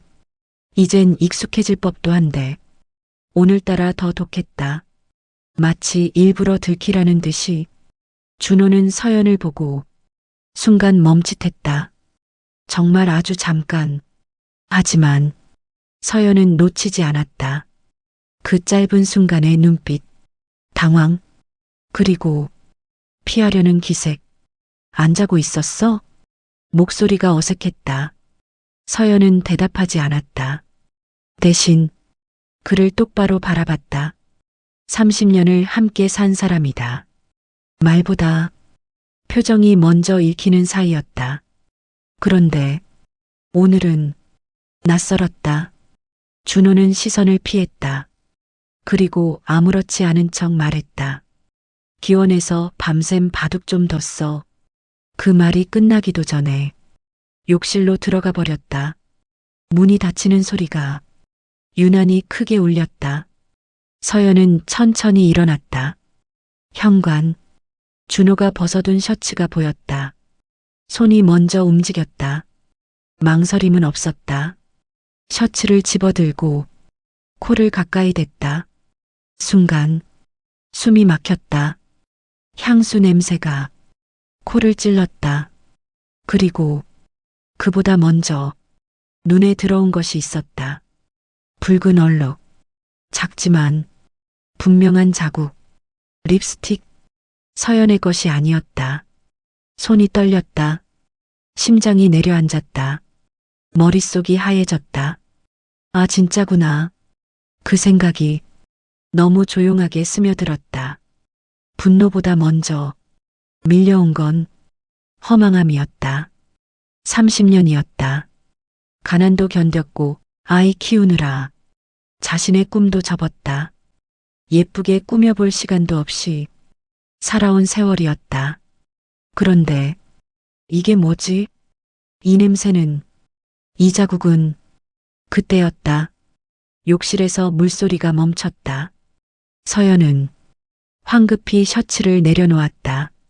그리고 아무 일도 없다는 듯 부엌으로 걸어갔다. 쌀을 씻기 시작했다. 손이 떨려 쌀알이 자꾸 흘러내렸다. 수돗물 소리 사이로 작게 울음이 섞였다. 잠시 후 준호가 나왔다. 서연을 힐끔 보더니 말했다. 피곤해. 먼저 잘게. 그리고 안방으로 들어갔다. 문이 닫혔다. 그날 아침 서연은 결국 시어머니에게 전화를 걸었다. 손이 떨렸다. 몇 번이나 끊을까 고민했다. 하지만 참을 수 없었다. 어머니, 잠깐의 침묵. 그리고 준호 바람난 것 같아요. 명자는 처음엔 웃었다. 믿지 않았다. 그럴 리가 있니? 걔가 어떤 앤데. 하지만 서연이 아무 말도 못하고 울음을 삼키자 그제야 표정이 굳었다. 증거 있어? 짧고 단단한 질문. 서연은 잠시 망설이다가 말했다. 있어요. 그날 오후 명자가 집으로 왔다. 문을 열고 들어오자마자 공기가 달라진 걸 느꼈다. 그리고 빨래 바구니에서 셔츠를 꺼냈다. 코를 가까이 댔다. 한 번, 그리고 다시 한 번. 깊게 명자의 손이 천천히 떨리기 시작했다. 눈빛이 변했다. 완전히. 이 자식? 낮게 이를 갈듯이 중얼거렸다. 그리고 말없이 베란다로 향했다. 잠시 후 손에 들려 나온 건 낡은 몽둥이였다. 어머니? 서연이 놀라서 물었다. 명자는 며느리를 똑바로 봤다. 눈에 불이 들어와 있었다. 오늘 내가 직접 확인한다. 그날 밤 8시 두 사람은 거실에 나란히 앉아 있었다. 숨도 크게 쉬지 못한 채. 그리고 현관문이 열렸다. 현관문이 닫히는 소리. 다녀올게. 준호의 목소리는 평소와 다를 것 없이 담담했다. 그 한마디가 오히려 더 이상했다. 문이 닫히자마자 명자가 벌떡 일어났다. 가자. 서연은 순간 멈칫했다. 심장이 너무 빨리 뛰었다. 하지만 지금 멈추면 평생 후회할 것 같았다. 고개를 끄덕였다. 두 사람은 조용히 집을 나섰다. 엘리베이터 버튼을 누르는 손이 미세하게 떨리고 있었다. 띵! 문이 열렸다. 안으로 들어가는 순간 거울에 비친 두 사람의 얼굴이 보였다. 서연은 자신의 표정을 보고 놀랐다. 창백했다. 여전히 다른 사람이었다. 1층. 문이 열리자마자 둘은 동시에 밖을 살폈다. 준호는 이미 아파트 입구를 벗어나고 있었다. 빠른 걸음. 평소보다 확실히 빨랐다. 저기야. 명자가 낮게 말했다. 준호는 길가에서 택시를 잡았다. 망설임이 없었다. 마치 익숙한 사람처럼. 문이 열리고 그가 올라탔다. 택시 잡아. 명자가 거의 속삭이듯 외쳤다. 다행히 바로 뒤에서 빈 택시가 다가왔다. 서연이 손을 들었다. 급하게 올라탔다. 앞에 가는 택시 좀 따라가 주세요. 기사님이 거울로 둘을 힐끗 봤다. 그리고 아무 말 없이 차를 출발시켰다. 밤거리의 불빛이 창문 밖으로 빠르게 스쳐 지나갔다. 서연은 손을 꼭 쥐고 있었다. 손바닥에 땀이 찼다. 심장은 여전히 가라앉지 않았다. 여자가 맞을까? 그 생각이 계속 머릿속을 맴돌았다. 옆에서 명자는 말이 없었다. 하지만 표정이 모든 걸 말해주고 있었다. 분노, 그리고 어딘가 모르게 두려움. 어머니. 서연이 조심스럽게 입을 열었다. 혹시 아닐 수도 있지 않을까요? 말을 하면서도 자신이 없었다. 명자가 고개를 돌렸다. 천천히. 그럼 이 냄새는 뭐냐? 짧고 단호했다. 서연은 아무 말도 못했다. 잠시 후 앞서 가던 택시가 속도를 줄이기 시작했다. 저 차 맞죠? 기사님이 물었다. 네네. 서연의 목소리가 떨렸다. 택시는 한 골목으로 들어섰다. 화려한 네온 사인이 하나둘 보이기 시작했다. 서연의 눈이 흔들렸다. 여기 익숙했다. 유흥가였다. 술집, 노래방, 간판이 빼곡했다. 붉은 조명, 시끄러운 음악 소리, 문이 열릴 때마다 웃음소리와 고함이 섞여 흘러나왔다. 서연의 속이 뒤틀렸다. 역시 명자가 이를 꽉 물었다. 손에 쥔 몽둥이가 더 꽉 잡혔다. 앞에 택시가 멈췄다. 준호가 내렸다. 두 사람은 숨을 죽였다. 하지만 이상했다. 준호는 술집 쪽으로 가지 않았다. 오히려 반대 방향이었다. 골목 안쪽, 불빛이 점점 줄어드는 쪽으로 걸어갔다. 서연이 작게 소리를 냈다. 명자도 눈을 좁혔다. 준호는 익숙한 사람처럼 망설임 없이 걸었다.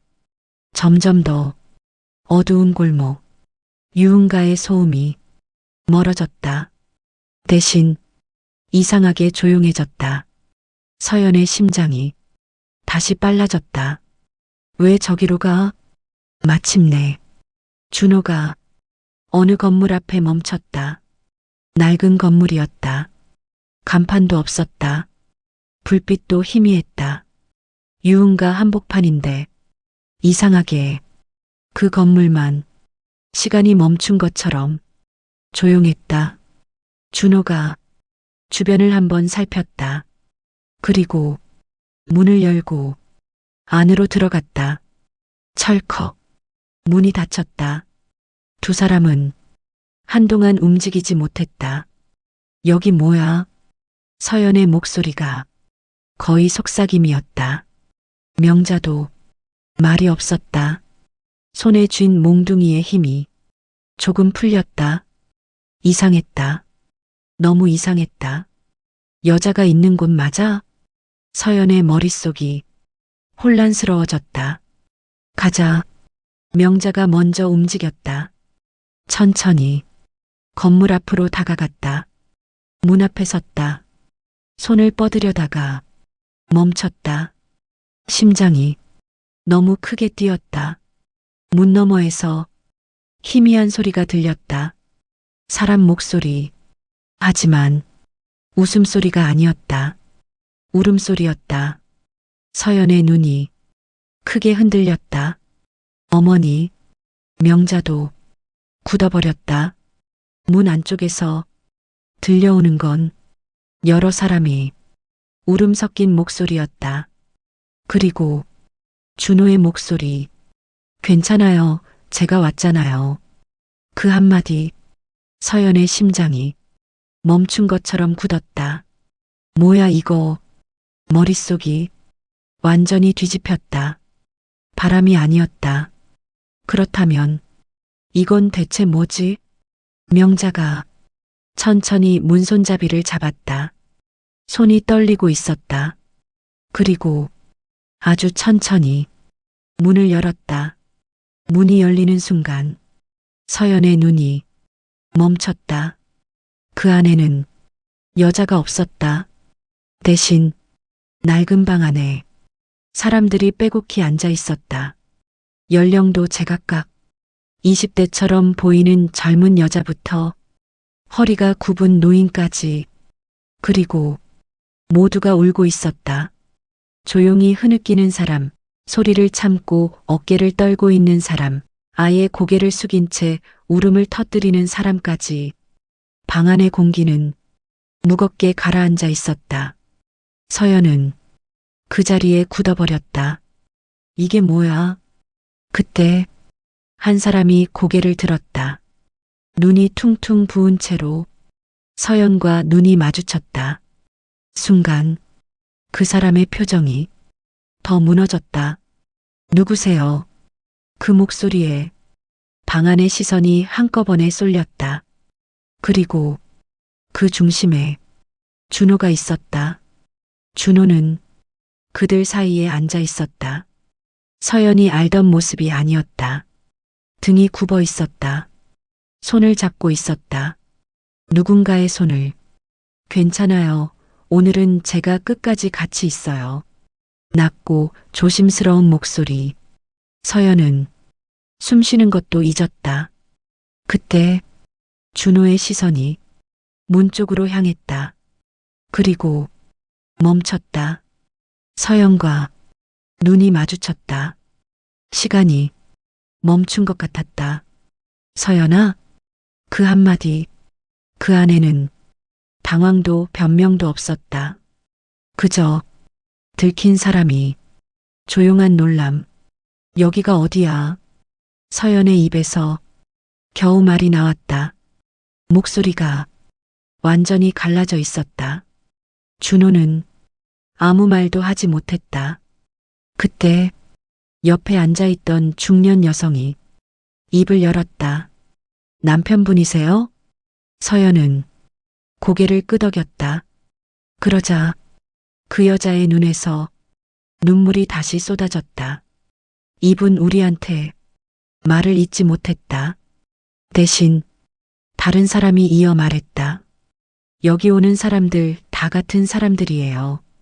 서연의 눈이 흔들렸다. 가족 잃은 사람들. 그 말이 방 안에 떨어졌다. 서연의 귀가 먹먹해졌다. 여긴 유가족 모임이에요. 순간 모든 소리가 사라진 것 같았다. 유가족. 그 단어 하나가 머릿속에서 계속 울렸다. 준호 씨는 이번엔 나이가 지긋한 노인이 말했다. 여기서 제일 오래된 사람이에요. 서연의 시선이 천천히 준호에게 돌아갔다. 거의 매일 와요. 매일? 서연의 입술이 천천히 움직였다. 네, 매일이요. 노인의 눈이 붉게 충혈되어 있었다. 누구보다 먼저 와서 마지막까지 남아요. 사람들 손 잡아주고 얘기 들어주고 혼자 있는 사람들 못 두고 가요. 서연의 머릿속이 완전히 멈췄다. 그럼 그 향수는, 그 늦은 귀가는, 그 모든 것들이 그때였다. 방 안구석에서 작은 목소리가 들렸다. 아저씨, 어린 여자아이였다. 초등학생 정도로 보였다. 눈이 퉁퉁 부어 있었다. 준호가 그 아이 쪽으로 몸을 기울였다. 왜 지우야? 엄마 냄새 이제 안 나. 그 말, 서연의 심장이 쿵 하고 내려앉았다. 엄마 옷 다 버렸어. 아이의 목소리가 떨렸다. 그래서 이제 기억이 안 나. 준호의 얼굴이 순간 굳었다. 그리고 아주 천천히 아이를 끌어안았다. 그래서 무서워. 아이의 울음이 터졌다. 그때 준호가 조용히 말했다. 그래서 내가 뿌리는 거야. 서연의 눈이 커졌다. 엄마 향수. 순간 모든 퍼즐이 맞춰졌다. 그 냄새, 그 달콤하면서도 익숙하지 않았던 향기. 그건 준호의 것이 아니었다. 죽은 사람이 냄새였다. 서연의 다리가 힘을 잃었다. 그 자리에 주저앉았다. 눈물이 쏟아졌다. 아무 말도 할 수 없었다.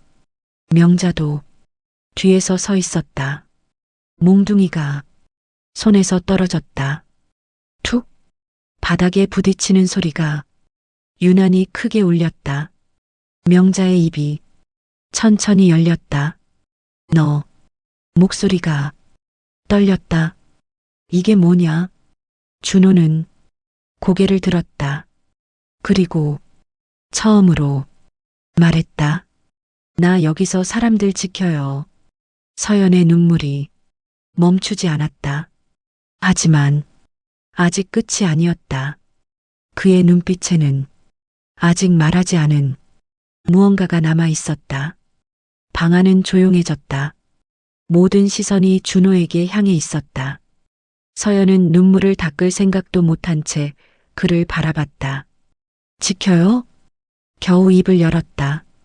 준호는 잠시 아무 말도 하지 않았다. 입술이 천천히 움직였다가 멈췄다. 그리고 고개를 숙였다. 말 안 하려고 했어. 그 한마디에 서연의 가슴이 내려앉았다. 괜히 당신까지 힘들어질까봐. 그 말이 더 깊게 박혔다. 나 혼자면 되는 일이라고 생각했어. 명자가 한 발 앞으로 나왔다. 혼자? 목소리가 거칠게 떨렸다. 이게 혼자 할 일이야? 눈이 붉게 충혈되어 있었다. 이 집안이 어떤 집안인데? 준호가 천천히 고개를 들었다. 그리고 조용히 말했다. 그래서 더 말 못했어요. 공기가 멈춘 것 같았다. 어머니 기억 안 나세요? 그 말에 명자의 눈이 순간 흔들렸다. 8년 전 준호의 목소리가 낮게 가라앉았다. 비 오는 날 서연의 심장이 굳었다. 지하차도. 그 순간 명자의 손이 힘없이 떨어졌다. 그날 입술이 떨렸다. 기억이 밀려 올라왔다. 쏟아지는 비, 미끄러지는 차, 브레이크 소리, 그리고 뒤집힌 차량. 그 사고. 서연이 작게 말했다. 그날은 절대 잊을 수 없는 날이었다. 뉴스에도 나왔던 대형 연쇄 사고. 수십 대 차량이 엉켜버렸고 많은 사람들이 그 자리에서 목숨을 잃었다. 그때 준호의 목소리가 이어졌다. 나 제일 먼저 도착했어. 서연의 눈이 커졌다. 운전하다가 바로 앞에서 터졌거든. 숨이 막혔다. 사람들이 안에서 못 나오고 있었어. 준호의 목소리가 흔들렸다. 문 두드리고 소리 지르고 살려달라고. 그 말이 공간을 짓눌렀다. 서연의 눈물이 다시 흘렀다. 나 그때 준호의 손이 떨렸다. 아무것도 못했어. 정적이 내려앉았다. 불은 번지고 연기는 차오르고. 근데 말이 끊겼다. 준호가 눈을 감았다. 나 뒤돌았어. 그 한마디에 공기가 무너졌다. 명자의 숨이 막혔다. 무서워서. 서연이 입을 막았다. 살고 싶어서. 그 말은 변명도 아니었고 포장도 아니었다. 그저 있는 그대로의 고백이었다. 그날 이후로 준호의 눈에서 눈물이 떨어졌다. 계속 들려. 그 사람들 목소리가. 방 안에 몇몇 사람들이 울음을 터뜨렸다. 그래서 준호가 주변을 천천히 바라봤다. 여기 왔어. 처음엔 그냥 한 번이었는데 못 떠나겠더라. 서연의 눈물이 조용히 흐르고 있었다. 여기 사람들, 나처럼 못 떠난 사람들이야. 그 말이 깊게 남았다. 그래서 준호는 아이를 바라봤다.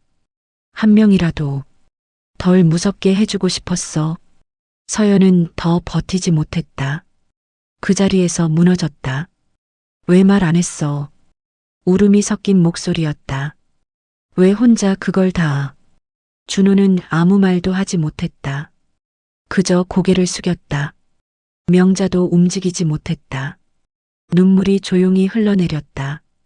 손에 쥐고 있던 몽둥이는 이미 바닥에 떨어져 있었다. 미친놈. 하지만 그 말에는 더 이상 화가 없었다. 왜 혼자 짊어져? 명자의 목소리가 무너졌다. 방 안의 공기가 완전히 바뀌었다. 의심은 사라지고 깊은 슬픔이 남았다. 그리고 설명할 수 없는 미안함이 자리 잡았다. 서연은 그제야 깨달았다. 그 향수 냄새가 누군가의 외도가 아니라 누군가의 기억이었다는 걸. 하지만 아직 끝이 아니었다. 준호의 입술이 다시 열렸다. 근데 서연의 심장이 다시 조여들었다. 그날 준호의 눈이 흔들렸다. 한 사람 끝까지 손잡고 있었어. 정적이 흘렀다. 그 사람이 말이 멈췄다. 그리고 서연을 바라봤다. 서연을 바라보던 준호의 눈이 천천히 흔들렸다. 입술이 쉽게 떨어지지 않았다. 한 번 삼켰다. 그리고 겨우 말했다. 그 사람이. 숨이 막힌 듯 멈췄다. 서연은 아무 말도 하지 못했다. 심장이 귀까지 올라온 것처럼 뛰었다. 시간이 늘어진 것 같았다. 우리. 그 단어 하나에 서연의 눈이 커졌다. 딸이야. 순간 아무 소리도 들리지 않았다. 세상이 통째로 꺼진 것처럼 고요해졌다. 서연의 입이 천천히 벌어졌다. 하지만 아무 말도 나오지 않았다. 고개가 아주 조금씩 흔들렸다. 아니야. 입 밖으로 나온 건 부정이었다. 아니야, 그럴 리 없어. 목소리가 무너졌다. 그날 우리의 병원에 있었잖아. 손이 떨렸다. 기억이 뒤엉켰다. 그날은 딸이 집에 없었던 날이었다. 친구를 만나러 간다고 했었다. 그리고 비가 왔었다. 많이. 연락이 안 됐어. 준호의 목소리가 낮게 떨어졌다. 그래서 찾으러 나갔어. 서연의 숨이 점점 가빠졌다. 그 길이. 준호의 눈에서 눈물이 떨어졌다. 그 지하차도였어. 서연의 시선이 흔들렸다. 차들 사이에서 계속 찾았어. 목소리가 부서졌다. 이름 부르면서 방 안의 공기가 무겁게 가라앉았다. 그리고 준호의 입술이 떨렸다. 손을 잡았어. 서연의 눈에서 눈물이 쏟아졌다. 차 안에서 불이 번지는데도 놓지를 못하더라. 그 말이 심장을 찢었다. 아빠라고 했어. 서연이 그대로 주저앉았다. 다리가 완전히 풀렸다. 나보고 아빠라고 했어. 준호의 목소리가 완전히 무너졌다. 근데 숨이 끊어질 것처럼 떨렸다. 나는 눈을 질끈 감았다. 못 꺼냈어. 정적? 손을 잡고 있었는데도, 끝까지 잡고 있었는데도 못 꺼냈어. 그 말이 끝나자 방 안에 울음이 터졌다. 누군가는 소리를 내 울었고 누군가는 고개를 떨군 채 흐느꼈다. 서연은 바닥을 짚은 채 숨을 헐떡였다. 눈물과 숨이 엉켜 아무 말도 나오지 않았다. 그래서 준호가 겨우 말을 이었다. 그날 이후로 손 놓은 적 없어. 서연의 어깨가 크게 흔들렸다. 여기 오는 이유도 그거 하나야. 그날 놓은 손 대신 지금은 안 놓으려고. 눈물이 바닥으로 떨어졌다. 한 사람이라도 혼자 안 두려고. 서연은 고개를 들지도 못했다. 그저 울었다. 무너진 채로. 모든 걸 이제야 이해한 사람처럼. 명자도 벽을 짚고 서 있었다. 눈물이 멈추지 않았다. 입을 틀어막고 울음을 삼켰다. 그럼 그 향수는? 서연이 겨우 말했다. 목소리가 거의 들리지 않았다. 준호가 고개를 끄덕였다. 우리 애가 쓰던 거야. 눈이 감겼다. 냄새라도 남기고 싶어서, 기억이라도 붙잡고 싶어서. 서연의 눈물이 더 쏟아졌다. 그 향이 누군가의 외도가 아니라 딸의 흔적이었다는 사실이 너무 늦게 다가왔다. 미안해. 서연이 중얼거렸다. 누구에게 하는 말인지도 모른 채. 몰라서. 의심해서. 준호가 고개를 저었다. 아니야. 짧은 한마디였다. 말 안 한 내가 잘못이지. 그리고 아주 천천히 손을 내밀었다. 서연을 향해서. 서연은 떨리는 손으로 그 손을 잡았다. 따뜻했다. 여전히 그날처럼 놓지 못한 손이었다. 두 사람의 손이 맞닿은 순간 서연은 다시 울음을 터뜨렸다. 이번에는 조금 다른 울음이었다. 미안함과 뒤늦은 이해와 그리고 아직 남아있는 사랑이 섞인 울음이었다. 방 안의 사람들도 조용히 그 모습을 바라보고 있었다. 누군가는 고개를 끄덕였고 누군가는 눈물을 닦았다. 그날 밤 서연은 처음으로 알았다. 상처는 사라지지 않는다는 걸. 하지만 함께 붙잡고 있으면 조금은 덜 아프다는 것도. 그리고 준호는 그날 이후로도 여전히 그곳에 갈 것이다. 누군가의 손을 잡기 위해. 그리고 다시는 놓치지 않기 위해. 혹시 지금 이 영상을 보고 계신다면 당신은 이 상황에서 의심했을 것 같나요? 아니면 끝까지 믿었을 것 같나요? 댓글로 남겨주세요. 그리고 이 이야기가 조금이라도 마음에 남았다면 구독과 좋아요로 다음 이야기를 함께 해주세요. 오늘 이야기 어떠셨나요? 잠시나마 마음이 조용해지는 시간이었기를 바랍니다. 편안한 하루 보내시고 다음 이야기로 다시 찾아오겠습니다.